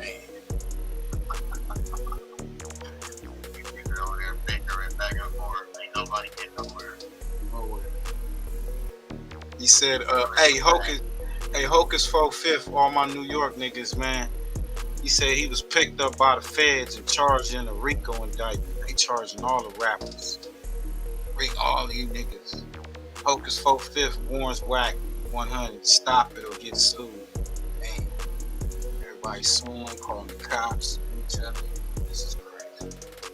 Has got a RICO? He didn't say a name, but many people thought he was referring to Wacc 100. This caused Wacc to make several posts addressing Hocus, and eventually they ended up on Clubhouse together, where Wacc asked Hocus to clear his name, or he was gonna have to try to clear his own name, and in the process expose Hocus through recordings he's never released or resurfaced interviews, live streams, and Clubhouse audio. This is their exchange on Clubhouse. We will get to the lawsuit after the clip. Man, roll the clip. But for him to do that, and I text him, and I'm still trying, because if I go on these platforms, it's gonna force shit to come out that he don't need to come out. Wacc, them people got his Yo, stand up. Y'all gotta know how to. I'm just being real. I don't want to defend myself. I just want bro to say, you know what? You right. That I ain't got nothing to do, because if I'm forced, Sherry, mute your mic, Sherry. if I'm forced to defend myself, clips, all kind of shit start getting replayed that they may not have, and I don't want to do that because it's halfway you playing with it. Know how to. You only listen to what I'm saying. I want you to hear what I'm saying. I hear you. If I'm forced to defend myself, right? That them people saying this man is that them people don't know about because of how my side works start getting played. You see what I'm saying? And then they use this. I don't want to do that. On my daughter's soul, I don't want to do it. But my name got to get clear. You can't play with a man like that. I hear you. They all trying to identify this man as something. And all them clips they got over there, back and forth and this and that and all this shit, help their case. I don't want to do it because they don't know where that is at because it's sitting over there in them 100 archives. Now, if he going to clear me, I'm going to go on these platforms starting tomorrow because I'm down here in Miami now, and I'm going to start clearing myself. And when I speak, they're going to take it. When we press play over there, they're going to take that shit with his voice. That's money murdering and all this other shit. So I just rather he said, you know what, Wacc? I shouldn't have did that, bro. You right. You ain't got nothing to do with it. Talk about sex, money, murder. I know if y'all niggas out there from that organization, that tribe, keep your heads low. Cause boy, Officer Wacc 100 is on the case. He got some info on your boy Hocus 4/5.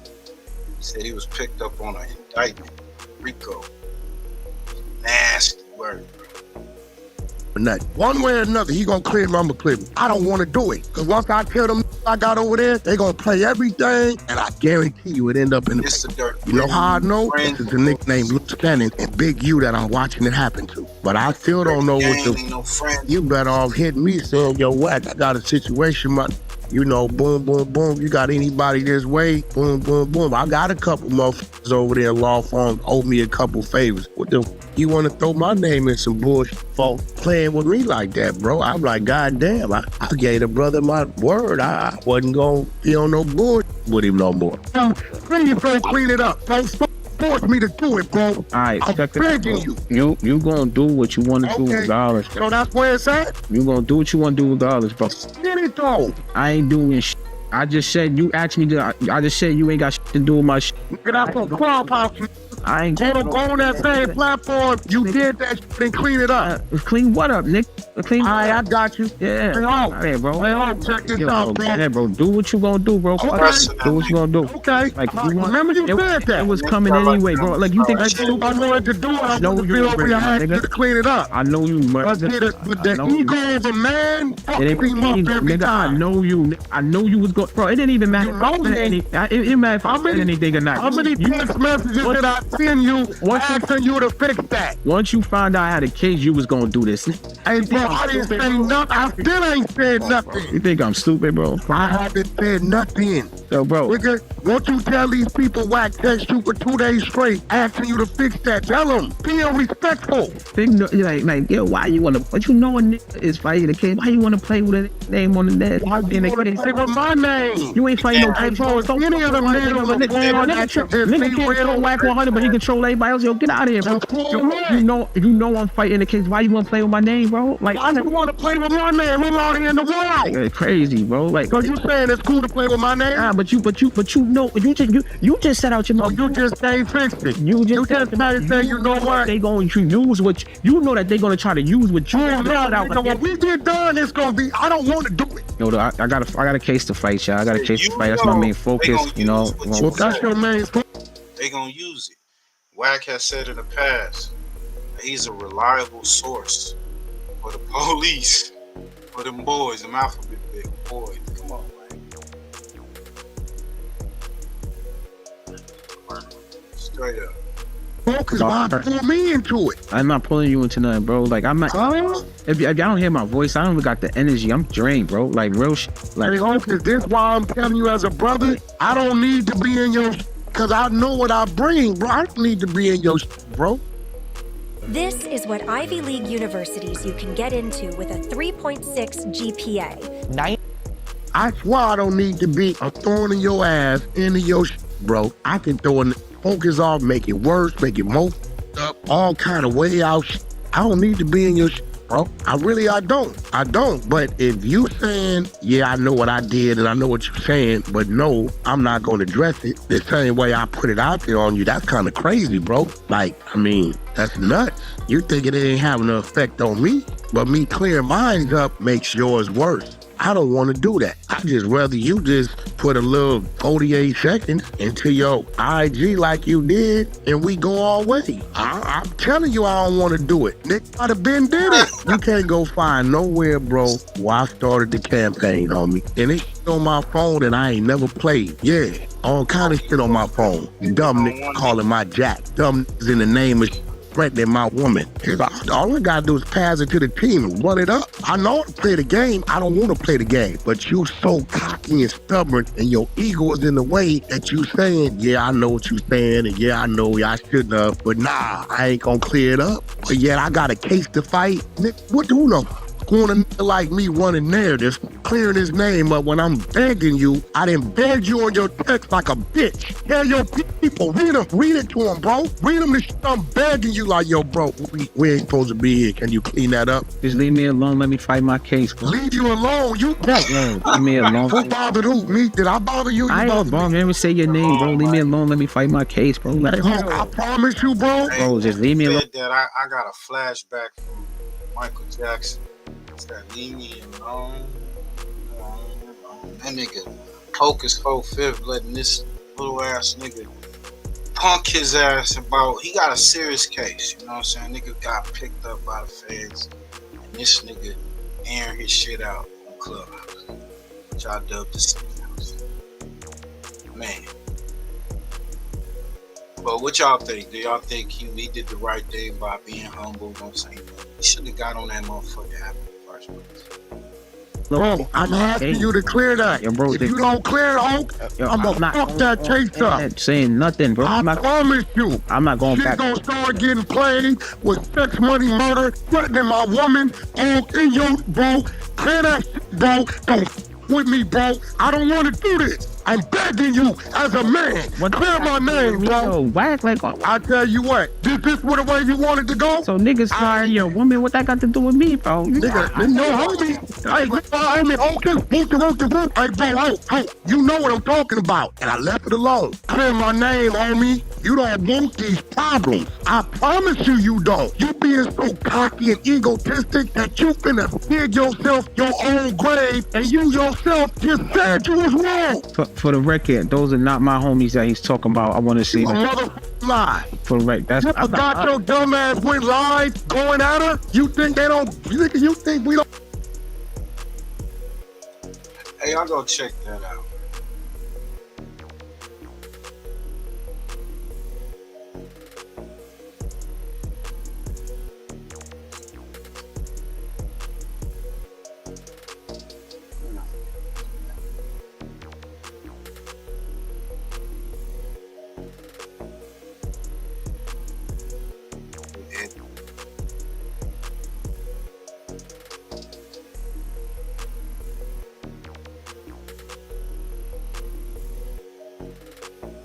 Yo, this shit right here, y'all know about the New Orleans jail escape. A few more people are accused of aiding 10 escapees.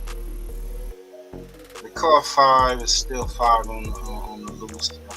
That's what I'm hearing. Let's get to this Detroit rapper. We're gonna get back to that.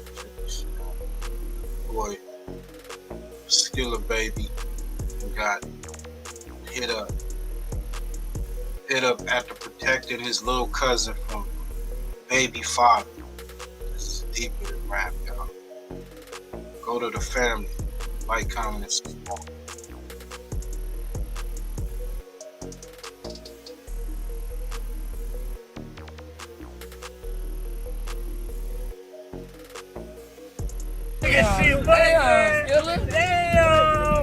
Skilla in the play with them tweakers. He say y'all some little niggas. Skilla in the play with them tweakers. He say y'all some. You say you a tweaker, but you never shot nothing. If you really mean, you should go and drop something. I'm not beefing with Skilla baby, bro.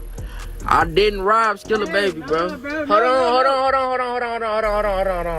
on, bro. Hold on. Roll the window up, man. Roll the window up. I'm about to clear the air real quick. Tell me you can't do that, bro. I'm about to clear the air real quick. Listen. Hello. I never robbed Skilla baby, bro. And this on all my niggas' grave, bro. That nigga walked in my room and told me, come here. He want to talk to me. And it went from there. Say niggas want to run in the other night, nigga. The fuck is you talk about, nigga? Getting hit by cars and shit, nigga. Say it. Say it.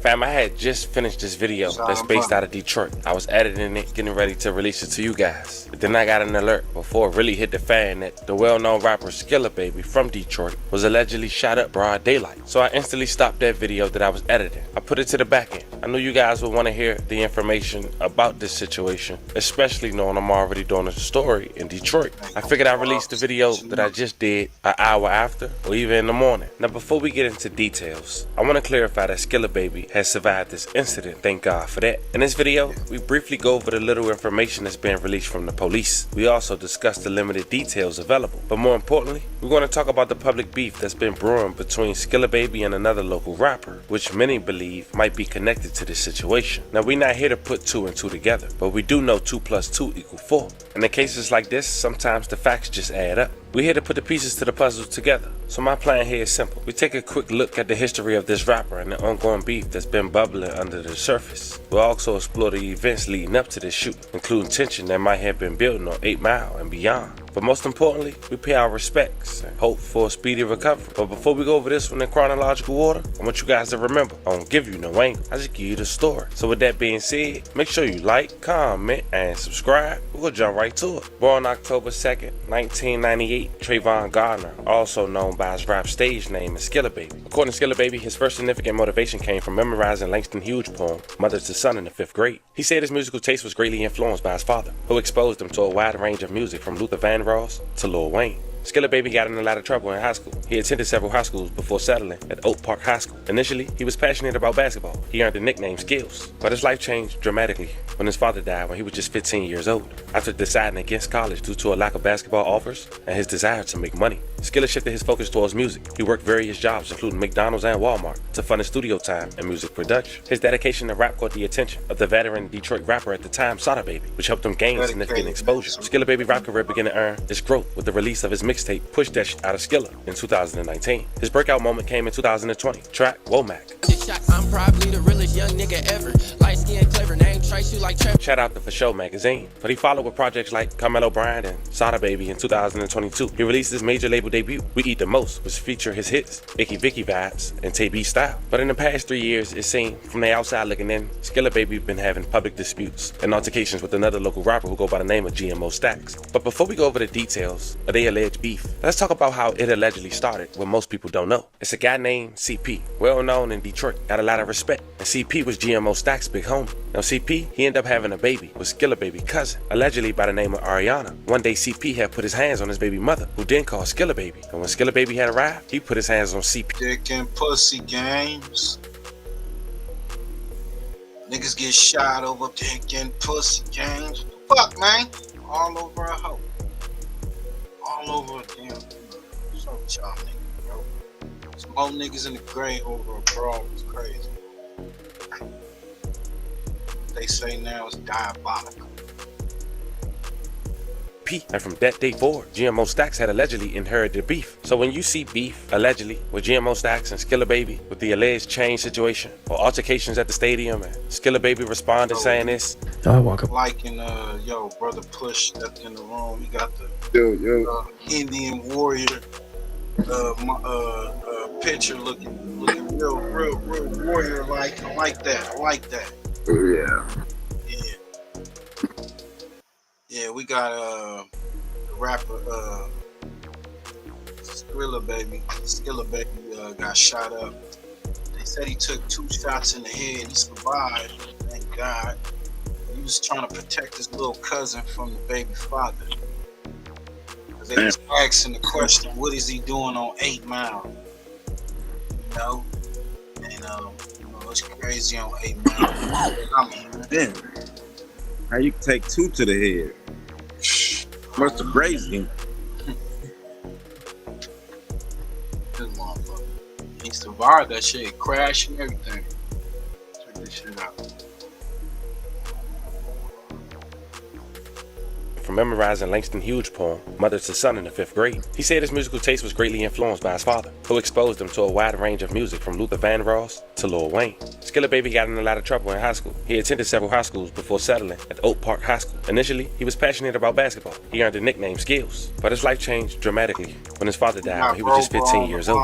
After deciding against college due to a lack of basketball offers and his desire to make money, Skilla shifted his focus towards music. He worked various jobs, including McDonald's and Walmart, to fund his studio time and music production. His dedication to rap caught the attention of the veteran Detroit rapper at the time, Sada Baby, which helped him gain significant exposure. Skilla Baby rap career began to earn its growth with the release of his mixtape, Push That Shit Out of Skilla, in 2019. His breakout moment came in 2020, track Wacc. I'm probably the realest young nigga ever. Light skin, clever name, trace you like Trevor. Shout out to For Show magazine, but he followed with projects like Carmelo Bryant and Sada Baby in 2022. He released his major label debut, We Eat the Most, which featured his hits, Icky Vicky Vibes and Tay B Style. But in the past 3 years, it seemed, from the outside looking in, Skilla Baby been having public disputes and altercations with another local rapper who go by the name of GMO Stacks. But before we go over the details of their alleged beef, let's talk about how it allegedly started, what most people don't know. It's a guy named CP, well known in Detroit, got a lot of respect, and CP was GMO Stacks' big homie. Now CP, he ended up having a baby with Skilla Baby cousin, allegedly by the name of Ariana. One day CP had put his hands on his baby mother, who then called Skilla Baby. And when Skilla Baby had arrived, he put his hands on CP. And from that day forward, GMO Stacks had allegedly inherited beef. So when you see beef, allegedly, with GMO Stacks and Skilla Baby, with the alleged chain situation or altercations at the stadium, and Skilla Baby responded saying this. Y'all walk up on a nigga while you with a pregnant lady. Monday CRM has the best AI features in the game. Especially in sales. Hands down. So for me, email. Yes, man. Then y'all walk up on me trying to go live, man. Stop doing that shit. That live shit is police shit, man. Then y'all niggas walk up on me trying to talk, and y'all send the bitches, nigga, of all of them, to talk to me. Knowing he been getting hold for the last 10 years, nigga, and he 35. And he watched me grow up. He know I'm not going for none of that shit. So he know his bitch ass was getting smacked. Then I know y'all agenda. Y'all trying to get some jury. So all right, bet. I'm about to fight a couple of y'all niggas and tuck the J. Y'all ain't about to win on that side. But y'all doing that shit around all them kids. That shit ain't peak, my nigga. I would've let y'all be around the kids. That's why I just go shit by myself. It makes sense on why GMO Stacks, when asked this question just 3 months ago on the Kid L podcast, he say this. The subject of, obviously, you and Skilla Baby had an incident in Detroit a while ago in which whatever actions took place. But when you're dealing with the person who becomes a megastar after that incident, he was on the verge of becoming a megastar anyway, but he becomes a megastar after that. A lot of camps might start disassociating somebody who had to do with anything that had to do with his. Who did that? What do you mean? Ain't no nigga, ain't no nigga that fuck with me did that. I ain't never feel like a nigga stop fucking with me because they fuck with Skilla, you feel me? Like, that's a cool nigga. I ain't got nothing against Skilla. I tell every nigga the same shit that I fuck with. I ain't got no problem with him. You feel me? We ain't got no problem. We ain't got no beef. You feel me? That shit ain't nothing. That's whatever happened, that shit happened, man. It ain't no. I don't wake up saying, oh, I'm finna go catch dog. Hell no, that's not my. Feel me? I ain't got no smoke with that nigga, bro. Everything you see on the internet don't be true too. Just like we was talking about the internet earlier. Everything you see on the internet don't be true. Dog ain't my op. Like, feel me? It might have been shit that went on, but that's not my op. I don't got that in my heart. That's my op. Feel me? I don't give a fuck about nothing that went on. I don't wake up think about none of that shit. You feel me? Well, when you talk about when that timing takes place, it gets released. There's live footage of you guys having some type of dispute between each other, and there's other people in the studio at the same time that are also considered major celebrities right now that are also involved in that studio.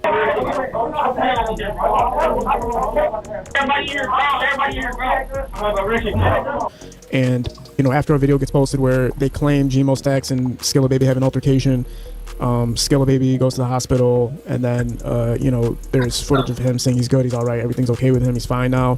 And then everybody's kind of pointing a finger at like, well, who caused him to go for the situation to happen? And the videos associate you with that. The videos that are posted on the internet associate you with that stuff. So when I'm saying segregated or blackballed, so many different camps that are watching Skilla Baby flourish and become a mainstream celebrity might go, well, whose side do we take on this, and can we not work with Gmo because of this incident now? That don't go on.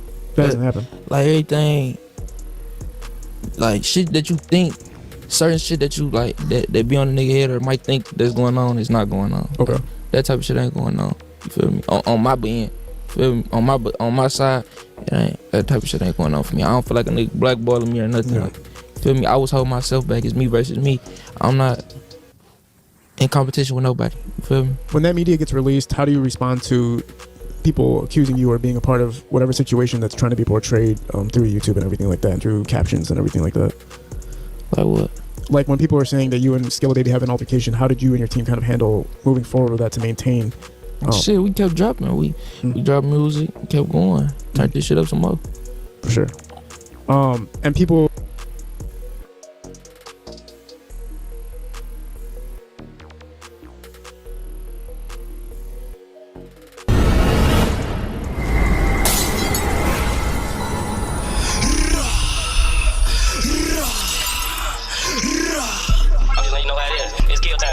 Fox 2 rapper Skilla Baby has been shot. And Fox 2's Jessica Dumas is live with what we're learning tonight. Good evening, Jess. Hey, good evening, Amy and Rue. We are out along 8 Mile near Beach Daily in Redford. And as you mentioned, we have confirmed that Skilla Baby, also known as Trevon Gardner, a well-known rapper here in Detroit and really across the country, has been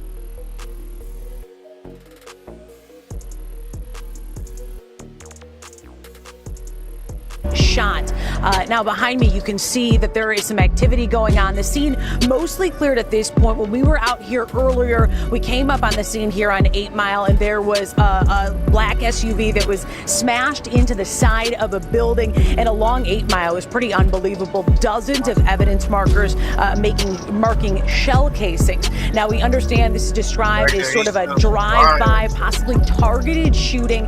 Skilla Baby was in a black SUV earlier this evening when that SUV was shot up. We understand he is currently at a local hospital. He had a graze wound to the back of his head, a graze wound to his back, and he was shot in the hand. Now we understand he was alert as of about a half hour ago, is expected to be okay. Just a very scary situation out here, and police sources are describing this as a targeted shooting, but in terms of a suspect at this point, we don't have any information yet. It's still very, very early. Again, Trevon Gardner, better known as Skilla Baby, a very well-known rapper here in Detroit and across the country, shot earlier this evening. Multiple sources saying that he had 2 graze wounds, also shot in the head. It all unfolded in 8 Mile earlier this evening, ended with his SUV smashing into the side of a building. Now, Redford Township Police are investigating. They got this scene cleared up very, very quickly, and right now they're working to make some repairs to the building that is behind me. But again, we are happy to report, though, that Skilla Baby is alert. Of course, Redford Police investigating. If you know anything about this shooting that's described as a targeted drive-by shooting, you're asked to call Redford Township Police. for now, reporting live, Jessica Dupac, Fox 2 News. Well, certainly, Jess, you hear about a shooting, you hear about something that may involve being shot in the head, and your immediate concern is that it's going to be pretty bad. I know that there are prayers going out all over social media for Skilla Baby, but you say it sounds like he's going to be okay. Yeah, I talked to somebody very close to him, said that he is alert in the hospital, surrounded by loved ones, under high security. Now, this is somebody who's really in the throes of their career right now, hot not only in Detroit, but all over. So definitely somebody who the community is pulling for tonight. But we will, of course, stay on top of this one.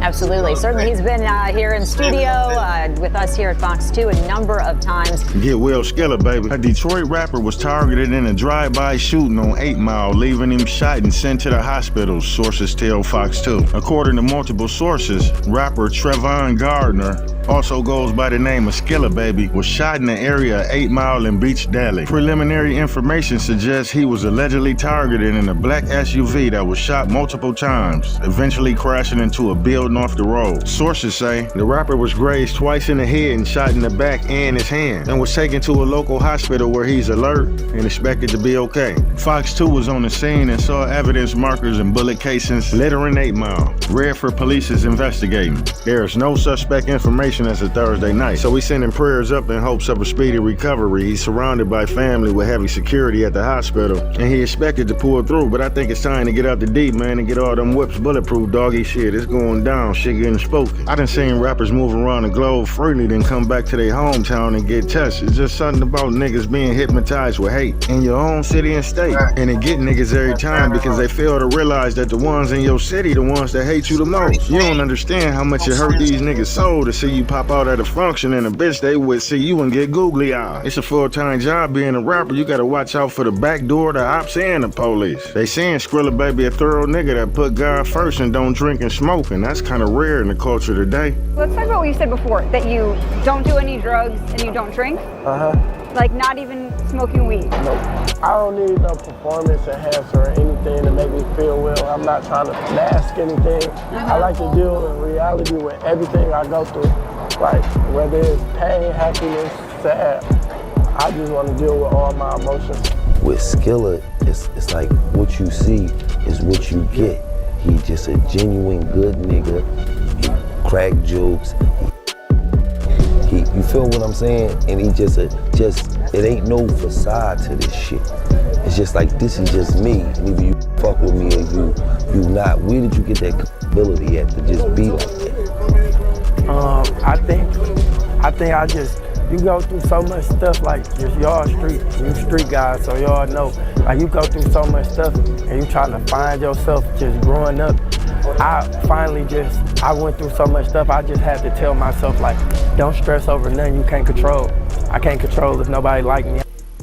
I can't control if you like me. I can't control if nothing like crazy, stuff bro. Like that. So I just be myself, and if you like me, you like me. What's up, G? Speaking. Peace. As a nigga, don't drink, don't smoke, keep yourself straight and alive, and a bullet be your demise. You know, bro, it's the honest truth, bro. It ain't what go in a nigga mouth that defile a man. It is literally what comes out. You know what I'm saying? The weed ain't making you bad. Nothing ain't making you bad. That ain't making you bad. Whatever you saying and the things that you doing that make a person come want to take you out and take you out. Right? You know what I'm saying? So all that, I'm a clean nigga. I don't drink nothing. My nigga, what comes out of your mouth? That's why I said it ain't the weed that defiles you. Because you put it in your mouth. It's what comes out your mouth. And what comes out your mouth make niggas want to hit you. My nigga, you ain't saving yourself because you don't smoke. Your mind ain't clear because you ain't recognize you provoked some motherfuckers. That's real shit. And I'm not like down anymore or anything. It's just, if you gonna be all the way, then you can't dabble in the fire, bro. He says a prayer. Say a little prayer out there. Everybody say a prayer, bro. Shit, pistol at your face, nigga, you gonna do one silently. his So fans, that ain't what I some of his fans feeling like, you know, the prayers is what saved him. I don't know. The nigga swerving and dipping and moving saved him. Nigga, ducking and then swerving, dipping, moving saved that nigga. You know what I'm saying? And maybe some ancestors on top of that. But all I'm sitting there saying is, you know, you think the weed be the thing that took you out. The alcohol be the one. The woman be the one. Nigga, it's the shit you say. If you don't, you don't. Shortly after the news hit the net about Skilla Baby being shot, fans would quickly assume that the Tweakers was behind the attempt, stemming from an incident that happened a few years back, where Skilla would be robbed at a Detroit recording studio for his chain and allegedly shot. Everybody in here, bro. Everybody in here, bro. I'm gonna go Richie.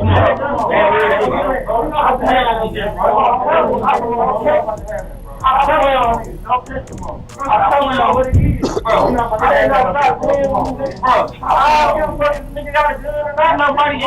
saying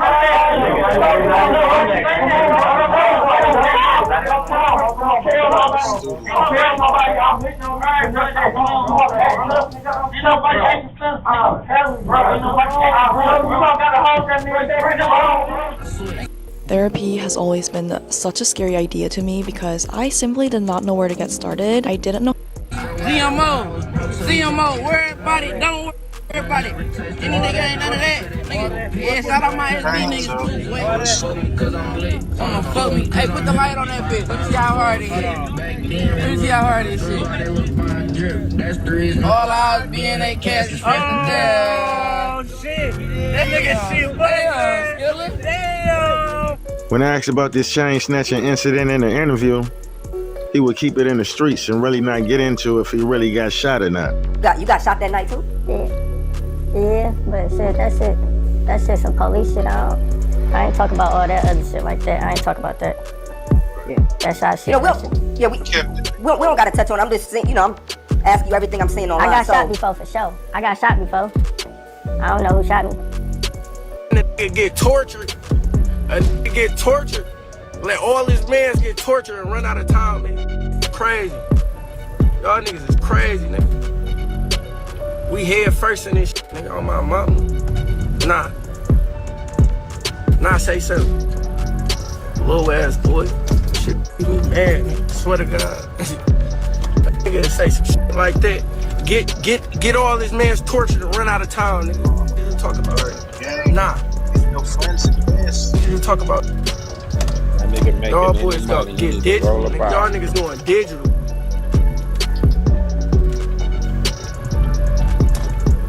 I ain't putting no videos out, but y'all know for a fact. We pop out at the party. I'm with the gang.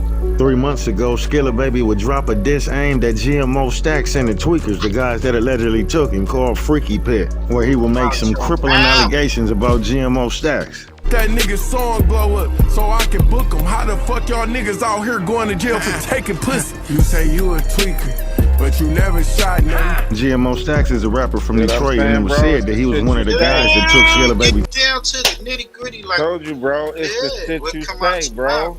It ain't what go in your mouth. I heard this earlier, bro. I heard this earlier. I was like, yeah, because they showed him praying, and somebody was talking about how, well, at least he was praying, you know. Well, bro, and that's the thing. I'm like, nigga, come on, bro. Niggas get religion when they get shot up. Nigga. You seen all that prayer and shit, but then you go and you listen to the nigga music. You inviting niggas, dog. You know what I'm saying? That's why I'm talking about playing with fire. You know what I'm saying? That's why I'm like straddling the fence and shit. Like, nigga, you gonna do some call out shit like that and then wonder why you getting popped at. Nigga, weed ain't killing you, nigga. What you saying? Your mouth.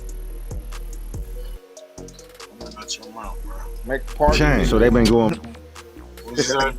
I say you need to make party music and move out the streets, nigga. Make that party music now. He better now. Got a second chance at life.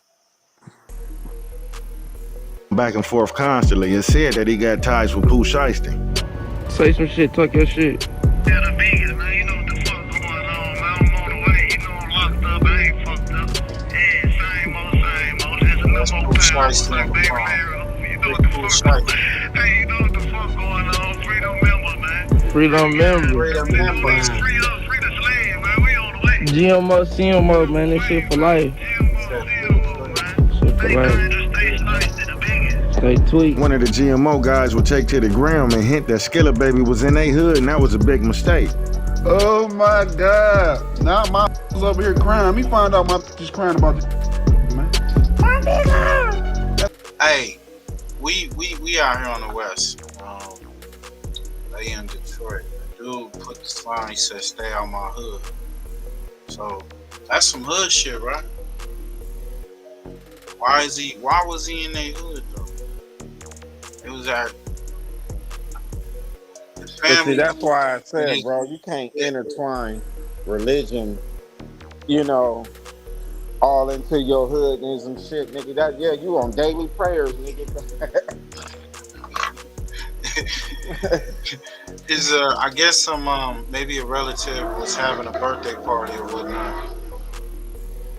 Having a birthday party or what? I'm just saying. I'm like, why have that shit in the enemy turf like that? Come on, you could have rent a nice little hotel out of it, you know. I don't know. Act like you's a nigga who got money. It's the heart of Detroit or whatever. Downtown. I say you need to act like you got money, and if that's the case, my nigga, you ain't local. That's what got Nipsey killed, being local. Nigga, there's a certain point when your status just can't be. Can't be walking on the front line, nigga. Because the niggas is looking at you, my nigga, and you're a tasty meal, nigga. And if they can't get none, nigga, might as well take you out. That's a fact. That ain't so, nigga. I'm on the road, you up right now. All that sucker he was doing, he just made a diss song. Did he make a diss song?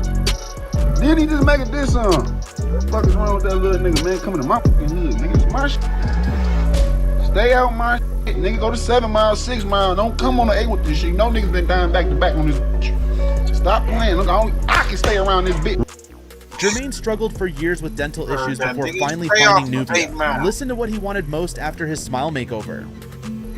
Rumor got it.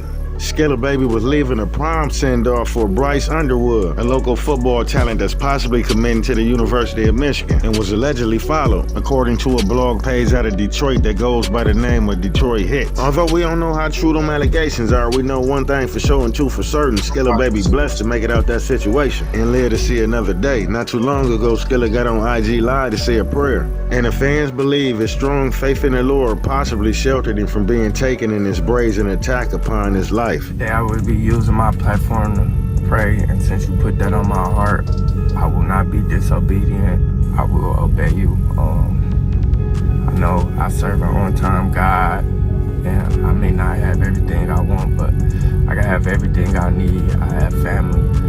I have life. I have my health. I want to thank you for everything you've blessed me with. I pray for strength, courage, understanding. I pray for peace. I want to pray for all my friends and my family, even my enemies. I just want you to put peace on everyone's heart. Continue to bless the world. I know I'm not perfect, but I just want to show my faith out loud. Give you the praise and the glory. I know I have a huge platform, so I just want to show how good God has been to me and straight. Like niggas be trying to pray in front of people to try to show that they all spiritual or whatever. You know, they in tune with God. It tells you even in a good book that you're supposed to prayer is supposed to be private. It's a you and God conversation. I think it was for sure. But I mean, like I said, bro, prayer is good. Don't get me wrong. I don't want to say people think we do against prayer. Prayer is good. Prayer is great. But just the dramatic effect that he's using on it. I'm just saying, my nigga, if you were sitting there banging, You like GMO, this, that, that. I'm just saying, I don't know if you can be in Jesus mode at that same time. Right. Because you ready to bang and ride for the hood. Can you serve two masters? Nah, it tells you you're supposed to serve two masters. That's what I'm saying. So come on, people. This ain't no motherfucking rockets. You serving two right now. You can't serve the hood and that. That's why I be like with niggas, man. You straddle the fence, bro. Straddle. You're the clout. You're the clout. Nigga, when you GMO and you in the hood with the gun, nigga, you prepared to be a monster at any moment. The demon's supposed to come out. Right. But he can be Jesus at the same time. I don't know.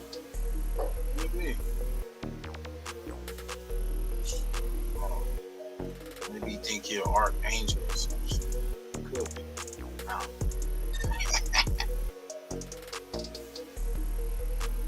Hey, we just fucking with y'all. Hey, those New Orleans jail escapees, man, the latest. They got a third woman accused and aiding. These cats is facing charges. A fourth one. Oh, let's get to the third one. Oh, shit. Had the whole staff helping their ass. Come on.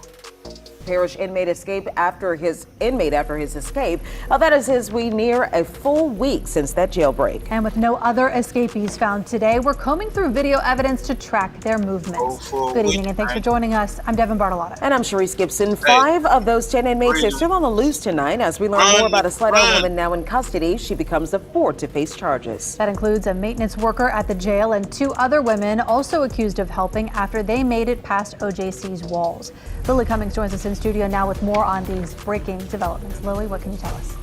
Well, Devin and Sharice, less than an hour ago, we learned that 59-year-old Connie Whedon of Slidell was arrested. Officials say she was in contact with Jermaine Donald before and after the escape. They also believe she gave him cash and a cell phone. Right now, Donald is one of those 5 inmates still on the run. Meanwhile, bond was set today for 2 others arrested earlier this week. I spent time this evening looking deeper into their connection to the inmates they helped. 2 women have been arrested for helping Orleans Parish inmates after they escaped nearly a week ago. Our investigators learned 38-year-old Corvante Baptiste of Slidell is the aunt of escapee Corey Boyd. Investigators say Baptiste was in contact with Boyd via phone and social media and helped him get food while he was hiding. Boyd was recaptured Tuesday evening in the 1400 block of Iberville. We've now learned that the apartment he was found in belonged to his grandmother, but she claims she didn't know he was there. Boyd's grandmother has not been arrested and so far faces no charges. Meanwhile, 32-year-old Courtney Harris's connection to the 2 inmates she's accused of helping remains a mystery. State police say she drove them around New Orleans and was in contact with one over the phone. Court records show she helped Leo Tate and Jermaine Donald, who are still on the run. Now authorities say both women are booked in the Plaquemines Parish Jail. On Thursday, via video call, they learned their bonds: $1 million for Baptiste and $2.5 million for Harris. They face 1 felony count each of accessories after the fact. And we are working to learn more about that latest arrest, but for anyone convicted of accessory after the fact, they could be fined up to $500 and face up to 5 years in prison. Sharice. Lily, thank you. Meanwhile, for investigators, it is a race to sift through this evidence, hoping something will hold clues to where those inmates who are still out might be. Yeah, from street cameras to residential surveillance, our Eleanor Tabone puts together a timeline of the movements we... What'd you say? I wonder why they risk so much. It was like you didn't let out millionaires, you know? I don't even understand the motive for that. They're spending a lot of money to try to catch them. Somebody must have offered up a lot of money, bro. Like some hood money. 10 of them, 5 got caught.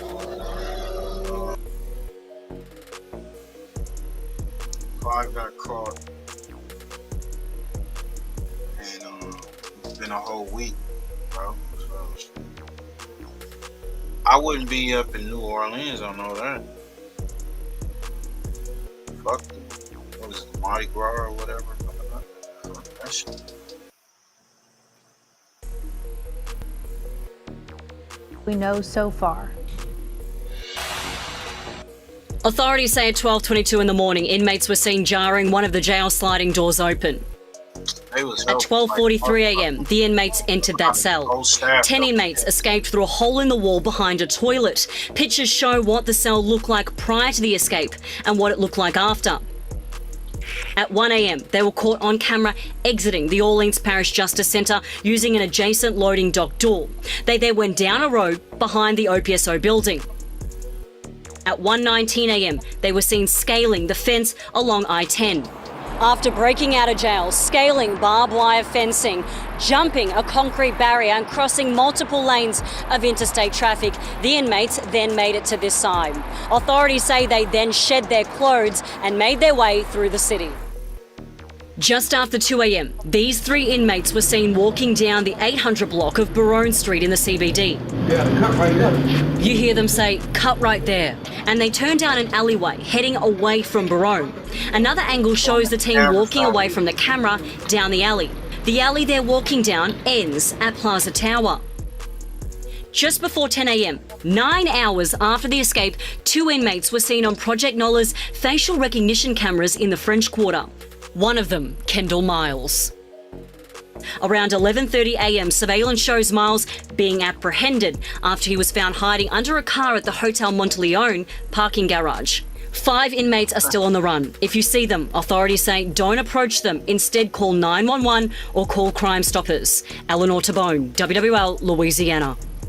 Once again, 5 of Friday's escaped inmates are still on the streets tonight. If you know anything, call Crime Stoppers. There was a $20,000 reward for information leading to an arrest. We will continue to follow this story closely and bring you any developments as they happen. They locked the border up. Today I'm about to be a Canadian.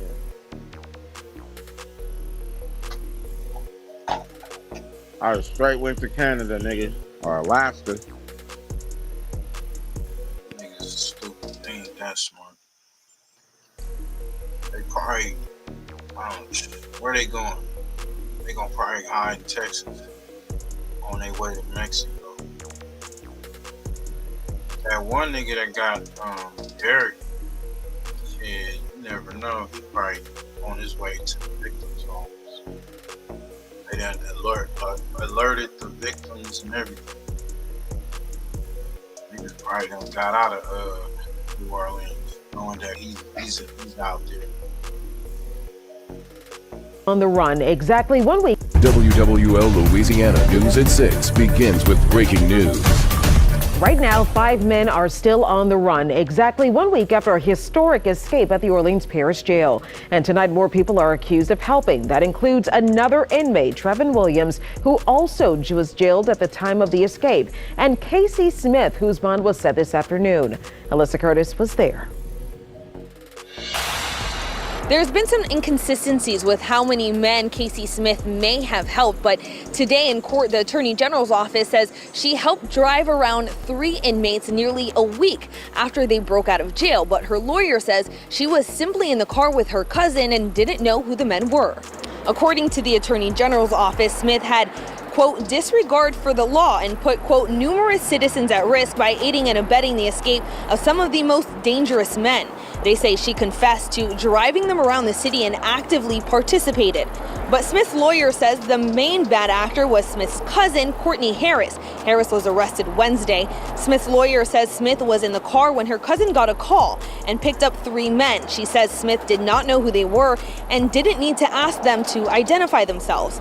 It's unclear who they helped, but court records show Harris helped Leo Tate and Jermaine Donald, who are still on the run. The AG's office asked that Smith be held on no bond. The judge set it for $1 million. Today in court, we also learned about another attempted escape that happened earlier this month. 2 men appeared in court today for an attempted escape the judge says happened May 1st. According to the judge, cameras caught 2 men helping a third get through the ceiling, but he didn't get far as he fell not too long after. We reached out to OPSO for more information, but have not yet heard back. Reporting at Criminal District Court, Alyssa Curtis, WWL Louisiana. And just moments ago, we learned about another arrest of an accomplice. We'll have more of that tonight at 10. Meanwhile, more than 100 law enforcement officers are searching for the 5 inmates that are still on the run and now a week out from the jailbreak. Eleanor Tabone did some digging and she shares more on what we learned about these men. Oh, I remember him from a baby. Like any other child, Derek Groves was an innocent, wide-eyed kid with the world ahead of him. He was friends with my son. He taught my son how to ride a bike. But somewhere along the way, that innocence turned to blood. He's accused in 4 killings and convicted on 2 counts of murder and 2 counts of manslaughter. Gail Slack says she helped raise the 27-year-old on Alabo Street in the lower 9th Ward. I just hope that if they catch him, they don't hurt him. Groves and 4 others are still on the run after breaking out of the Orleans Parish Jail. Orleans Parish District Attorney Jason Williams is scared. He says not of what Groves did, but that nigga got 4 hats. Froze, he stepped on 4 people.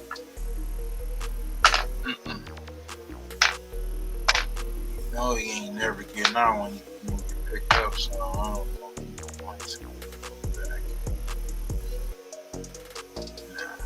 What y'all think? Y'all put in the comments what y'all think. We gonna give up peacefully, or he gonna go out? He going down with a fight.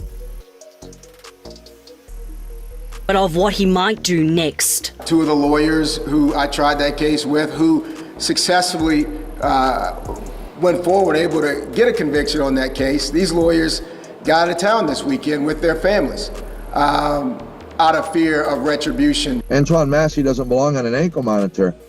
Antoine Massey doesn't belong on the first floor of an unsupervised pod. According to documents WWL Louisiana got, investigators say 33-year-old Sterling Williams, a jail maintenance worker, is facing charges after he confessed to helping the inmates escape. The documents say he acted under the orders from escaped inmate Antoine Massey, who allegedly threatened to shank him if he refused, though Williams' attorney denies that account. Matt Dennis with Assured Supervision Accountability Program, or ASAP, an electronic monitoring company, says Massey has been escaping for years, dating back to 2007. In November of 2023, Antoine Massey was ordered into our ankle monitor program, and he was placed on ankle monitor, and 2 very short hours later, he cut his ankle monitor off. Also, among the escapees still on the run is 26-year-old Linton Van Buren. He's accused of second-degree murder. Then there's 31-year-old Leo Tate, wanted on multiple gun and drug charges as well as burglary. The oldest of the group, 42-year-old Jermaine Donald, is awaiting trial for a second-degree murder charge. I asked LSP if the search for the inmates is limited to Louisiana or it's nationwide. They could not confirm whether the search has moved beyond the state, but they did say they're working with all local, state and federal partners and using all available resources to track down the fugitives. Them tax dollars. Bullshit, push.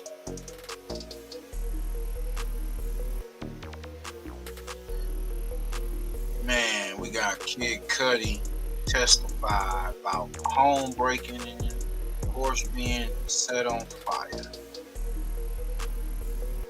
Day 9 was a wild one in the criminal case against Sean Combs. The prosecution called rapper Kid Cudi to the stand, and he said Diddy was like some sort of Marvel supervillain when they finally came face to face. In just a moment, my legal experts and court insiders will break down what he and 4 other witnesses told the jury today alone, and if any of it is advancing the prosecution's racketeering case. The big bombshells? Kid Cudi said that he believes Diddy broke into his Hollywood home and was behind the torching of his Porsche after finding out that Cudi was dating Cassie Ventura. A makeup artist who worked for Diddy and Cassie testified that she saw signs of abuse and let Cassie stay in her own home after one violent encounter. And the manager of a hotel in Beverly Hills revealed records showing Diddy routinely trashed his hotel rooms. Now, about that Kid Cudi testimony, it was fiery, figuratively and of course, literally.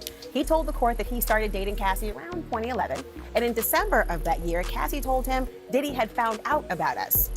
The same day, he said that he got a call from a Diddy employee who told him that Diddy was at his house. So Cudi, he went home, and he called Diddy on the way. He said, Did Diddy make him wear that dress? Remember he wore a dress, push? Did he make him put on that dress? No. Do that ritual? Was that part of the ritual?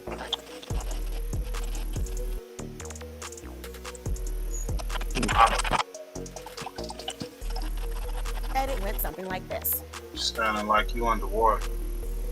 I said, MFer, you in my house? And he was like, what's up? I was like, MFer, are you in my house?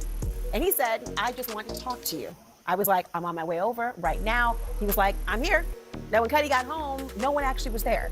But he said security cameras had been moved, angled away from where they were originally pointed before he left his home. Gifts from Chanel. I was like, I'm on my way. And something like this. I said, MFer, you in my house? And he was... I said, motherfucker, you in my house? And he was like, what's up? I was like, motherfucker, are you in my house? And he said, oh, daddy. Just left my baby over home. I just want to talk to you, daddy. I didn't say daddy, but I was like, I'm on my way over there now, right now. He was like, I'm here. That nigga popped up. That nigga said, oof. I guess I'm at your back door, bitch. was like, what's up? I was like, MF, are that you nigga popped up like candy. House. And he said, I just want to talk to you. I was like, I'm on my way over right now. He was like, I'm here. Now, when Cuddy got home, no one actually was there. But he said security cameras had been moved, angled away from where they were originally pointed before he left his home. Gifts from Chanel that he had for his family on the kitchen counter, they had been opened. And his dog, who normally roamed free around the house, was suddenly locked in the bathroom. And you fast forward to January 2012, Cuddy testified that this happened. His dog watcher called to tell him that his Porsche was on fire. The jury, well, they saw these images. And Cuddy said it looked like the top had been cut open and a Molotov cocktail was dropped inside. The prosecutor asked, what was your reaction to your car being set on fire? Cuddy said, what the F? He testified he met with Diddy at a members-only club the next day. He walked into the room, Diddy was alone, and he said he saw this. It was one wall was all windows, and Sean Combs was standing there staring out the window with his hands behind his back like a Marvel supervillain. They ended up talking about Cuddy's relationship with Cassie and how neither of them seemed to know that the other was actually dating her at the same time. Diddy denied any involvement in blowing up his car or setting it on flame. Now, the witness called after Kid Cudi is someone I've actually spoken with on this very show, makeup artist Myla Morales, who worked for Diddy and Cassie. Now, she testified about an incident at a hotel in 2010 where she saw Cassie right after Diddy had beaten her up. But what she told the jury matches what she told me last year during her first interview. Once she came out of the room, she was badly, beaten. Oh my God! What did her physical appearance look like? I mean, it was knots on her head, black eye, busted lip, but a lot of knots all over her head. Morales said that she let Cassie stay in her home for a few days after that. Then came a hotel manager in Beverly Hills. Told you it was a packed day in the courtroom. The jury saw notes from Diddy's record at the hotel, and one said this: always spills candle wax on everything and uses excessive amounts of oil. Placed the room out of order upon departure for deep cleaning. Find Anthem Health Insurance.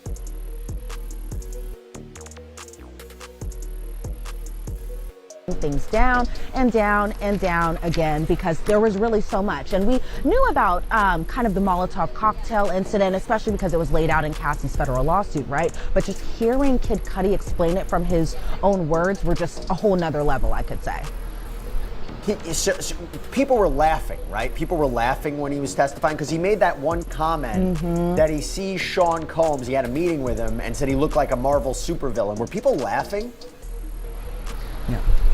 Yes, people were laughing, but if you're going to ask if Diddy was laughing, it didn't seem like he found that joke necessarily funny, but there was definitely some courtroom laughter, even from some of the jurors who were in the box. They were laughing as well too, but from what I could see of Diddy, it didn't seem like he had much laughter going on in that specific moment, which was a complete 180 from kind of his demeanor when George CAPP'N was testifying, where he seemed a little more jovial. He was laughing along, but when Kid Cudi came on the stand, it felt like the smile just went down, and he had more of a serious demeanor and serious tone listening to Kid Cudi testify. And because, you know, Kid Cudi was providing some quite important pieces of damning evidence against Sean Combs. And he talked to us about his direct examination.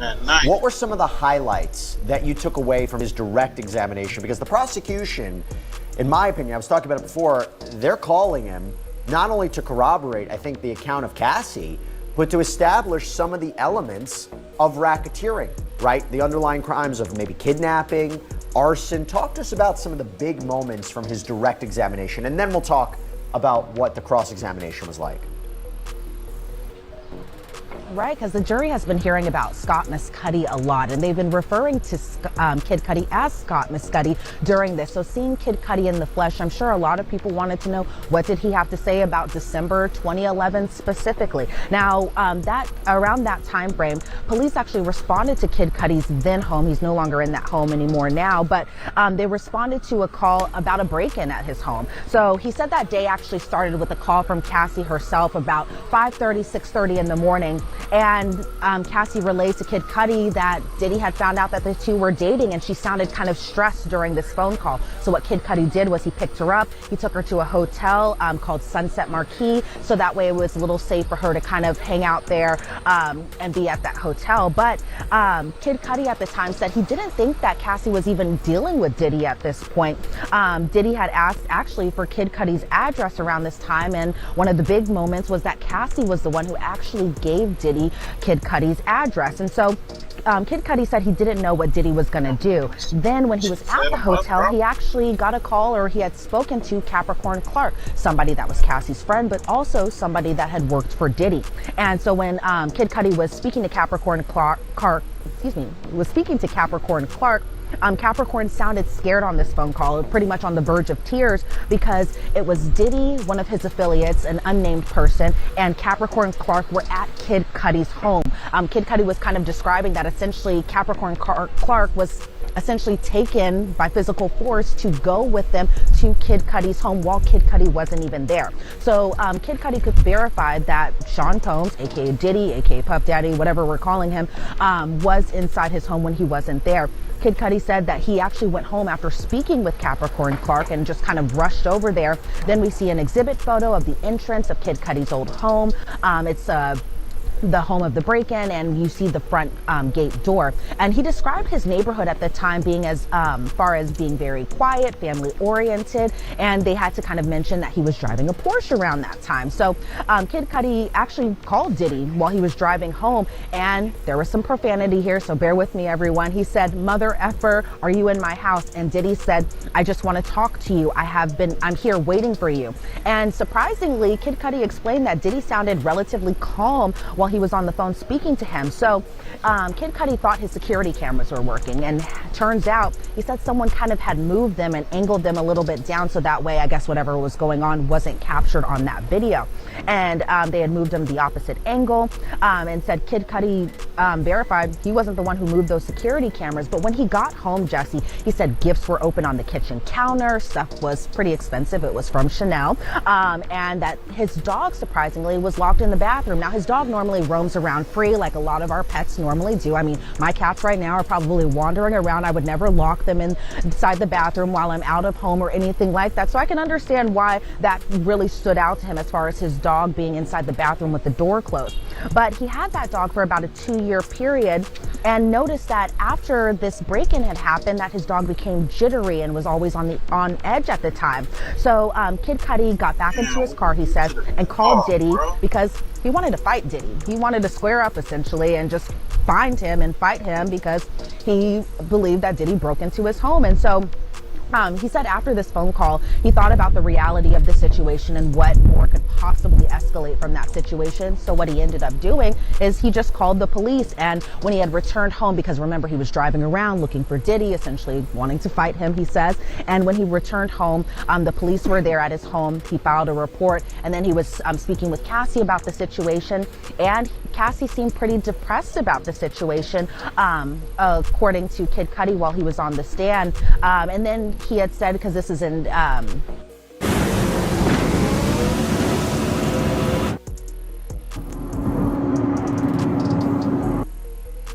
this is around I don't know. What you think, man? Think Diddy still got a chance? Y'all let us know in the comments. We're about to get up out of here. Appreciate everybody for pulling up. I don't know. I still haven't really heard. Did you hear any real damning evidence? Well, I mean, everybody's gonna. It's so many people talking. I don't know if you can call them all crazy. So something's gonna stick. Something's definitely gonna stick. I think he's gonna get at least about probably 10 people. Oh no, he ain't never getting out, bro. Nah, he ain't never getting out. Get more, so he gonna get more than R. Kelly, right? He gonna get like 25 and up. That nigga, he's done. He's done. That man is cooked. He's cooked.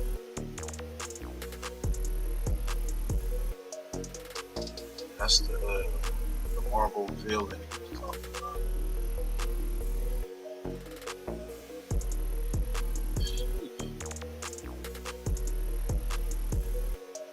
Hey, you just dropped another video, right? Like a few days ago. I'm working on my new one right now. Oh shit. Y'all go over to Pushy Push. Now go over to pushypush.com. Just launched this website. Go over there and check out this content. We're gonna get up out of here. Appreciate everybody for this fight. Make sure y'all stay safe. Not this bitch.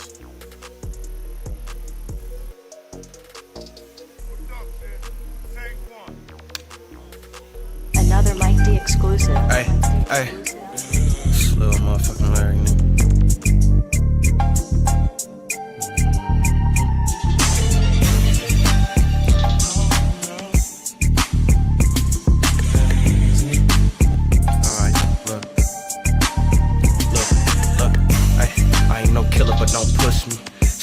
I ain't no killer, you just pussy, you rookie. Ask for forgiveness, I put innocence in straight danger. Looked in the mirror, when I do, I see straight anger. Shit, I hate myself.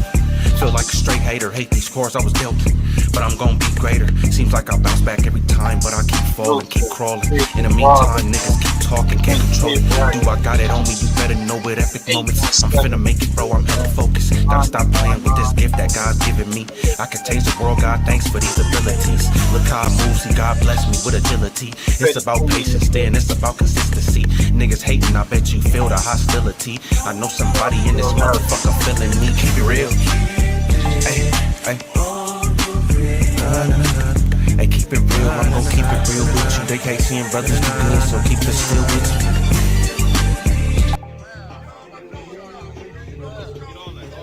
We're gonna be doing some reaction to some black exploitation movies. Y'all know the throwback to the boxing brand. Y'all know what it is, the Harlem Nights. We're gonna do that.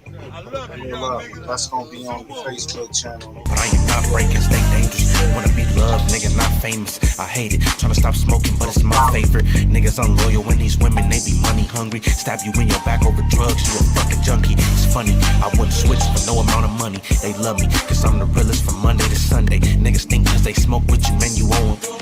Nigga, this weed don't mean shit, and I'ma show them it's about intentions. See, I ain't never been big on forgiveness. I was speak on whoop-de-whoop, but I'm minding my business. I'm different, not in for clout and don't fake for attention. Write music, get high and talk to myself and intervention. Keep it real, keep it real. I keep it real, I'm gon' keep it real with you. They hate seeing brothers do good, so keep it still with you. This is clear music producing all those files and rock it out with First Fam West Radio. Keep it real and we'll reciprocate. If you can't keep it real, then you're not affiliated. Keep it real with me.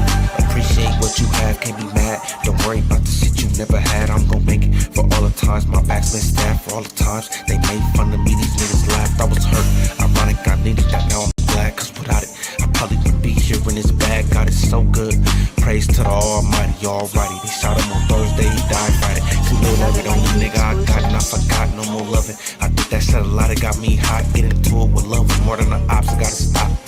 Shit, tired of posting up on this block. I'm too young to be stressing. Fuck the gift for a present. You gotta know your worth, nigga. My gift is my presence. Ain't you happy I'm present? Nah, you rather neglect it. Without any love, I'm in the streets, it's moving reckless. Y'all share this. Hey, keep it real, I'm gon' keep it real with you. They hate seeing brothers do good, so keep it still with you.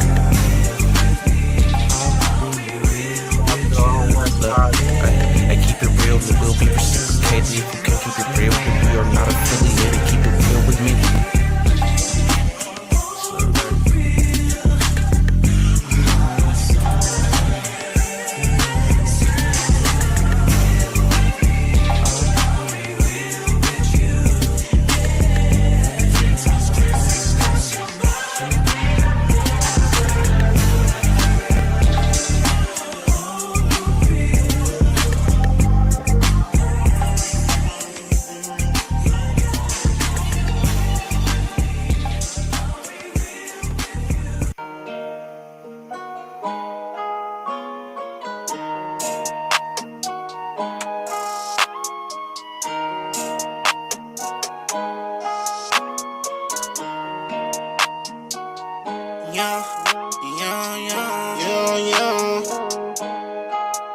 I'm coming straight from the bottom, yeah. I had to hustle, yeah. I had no option.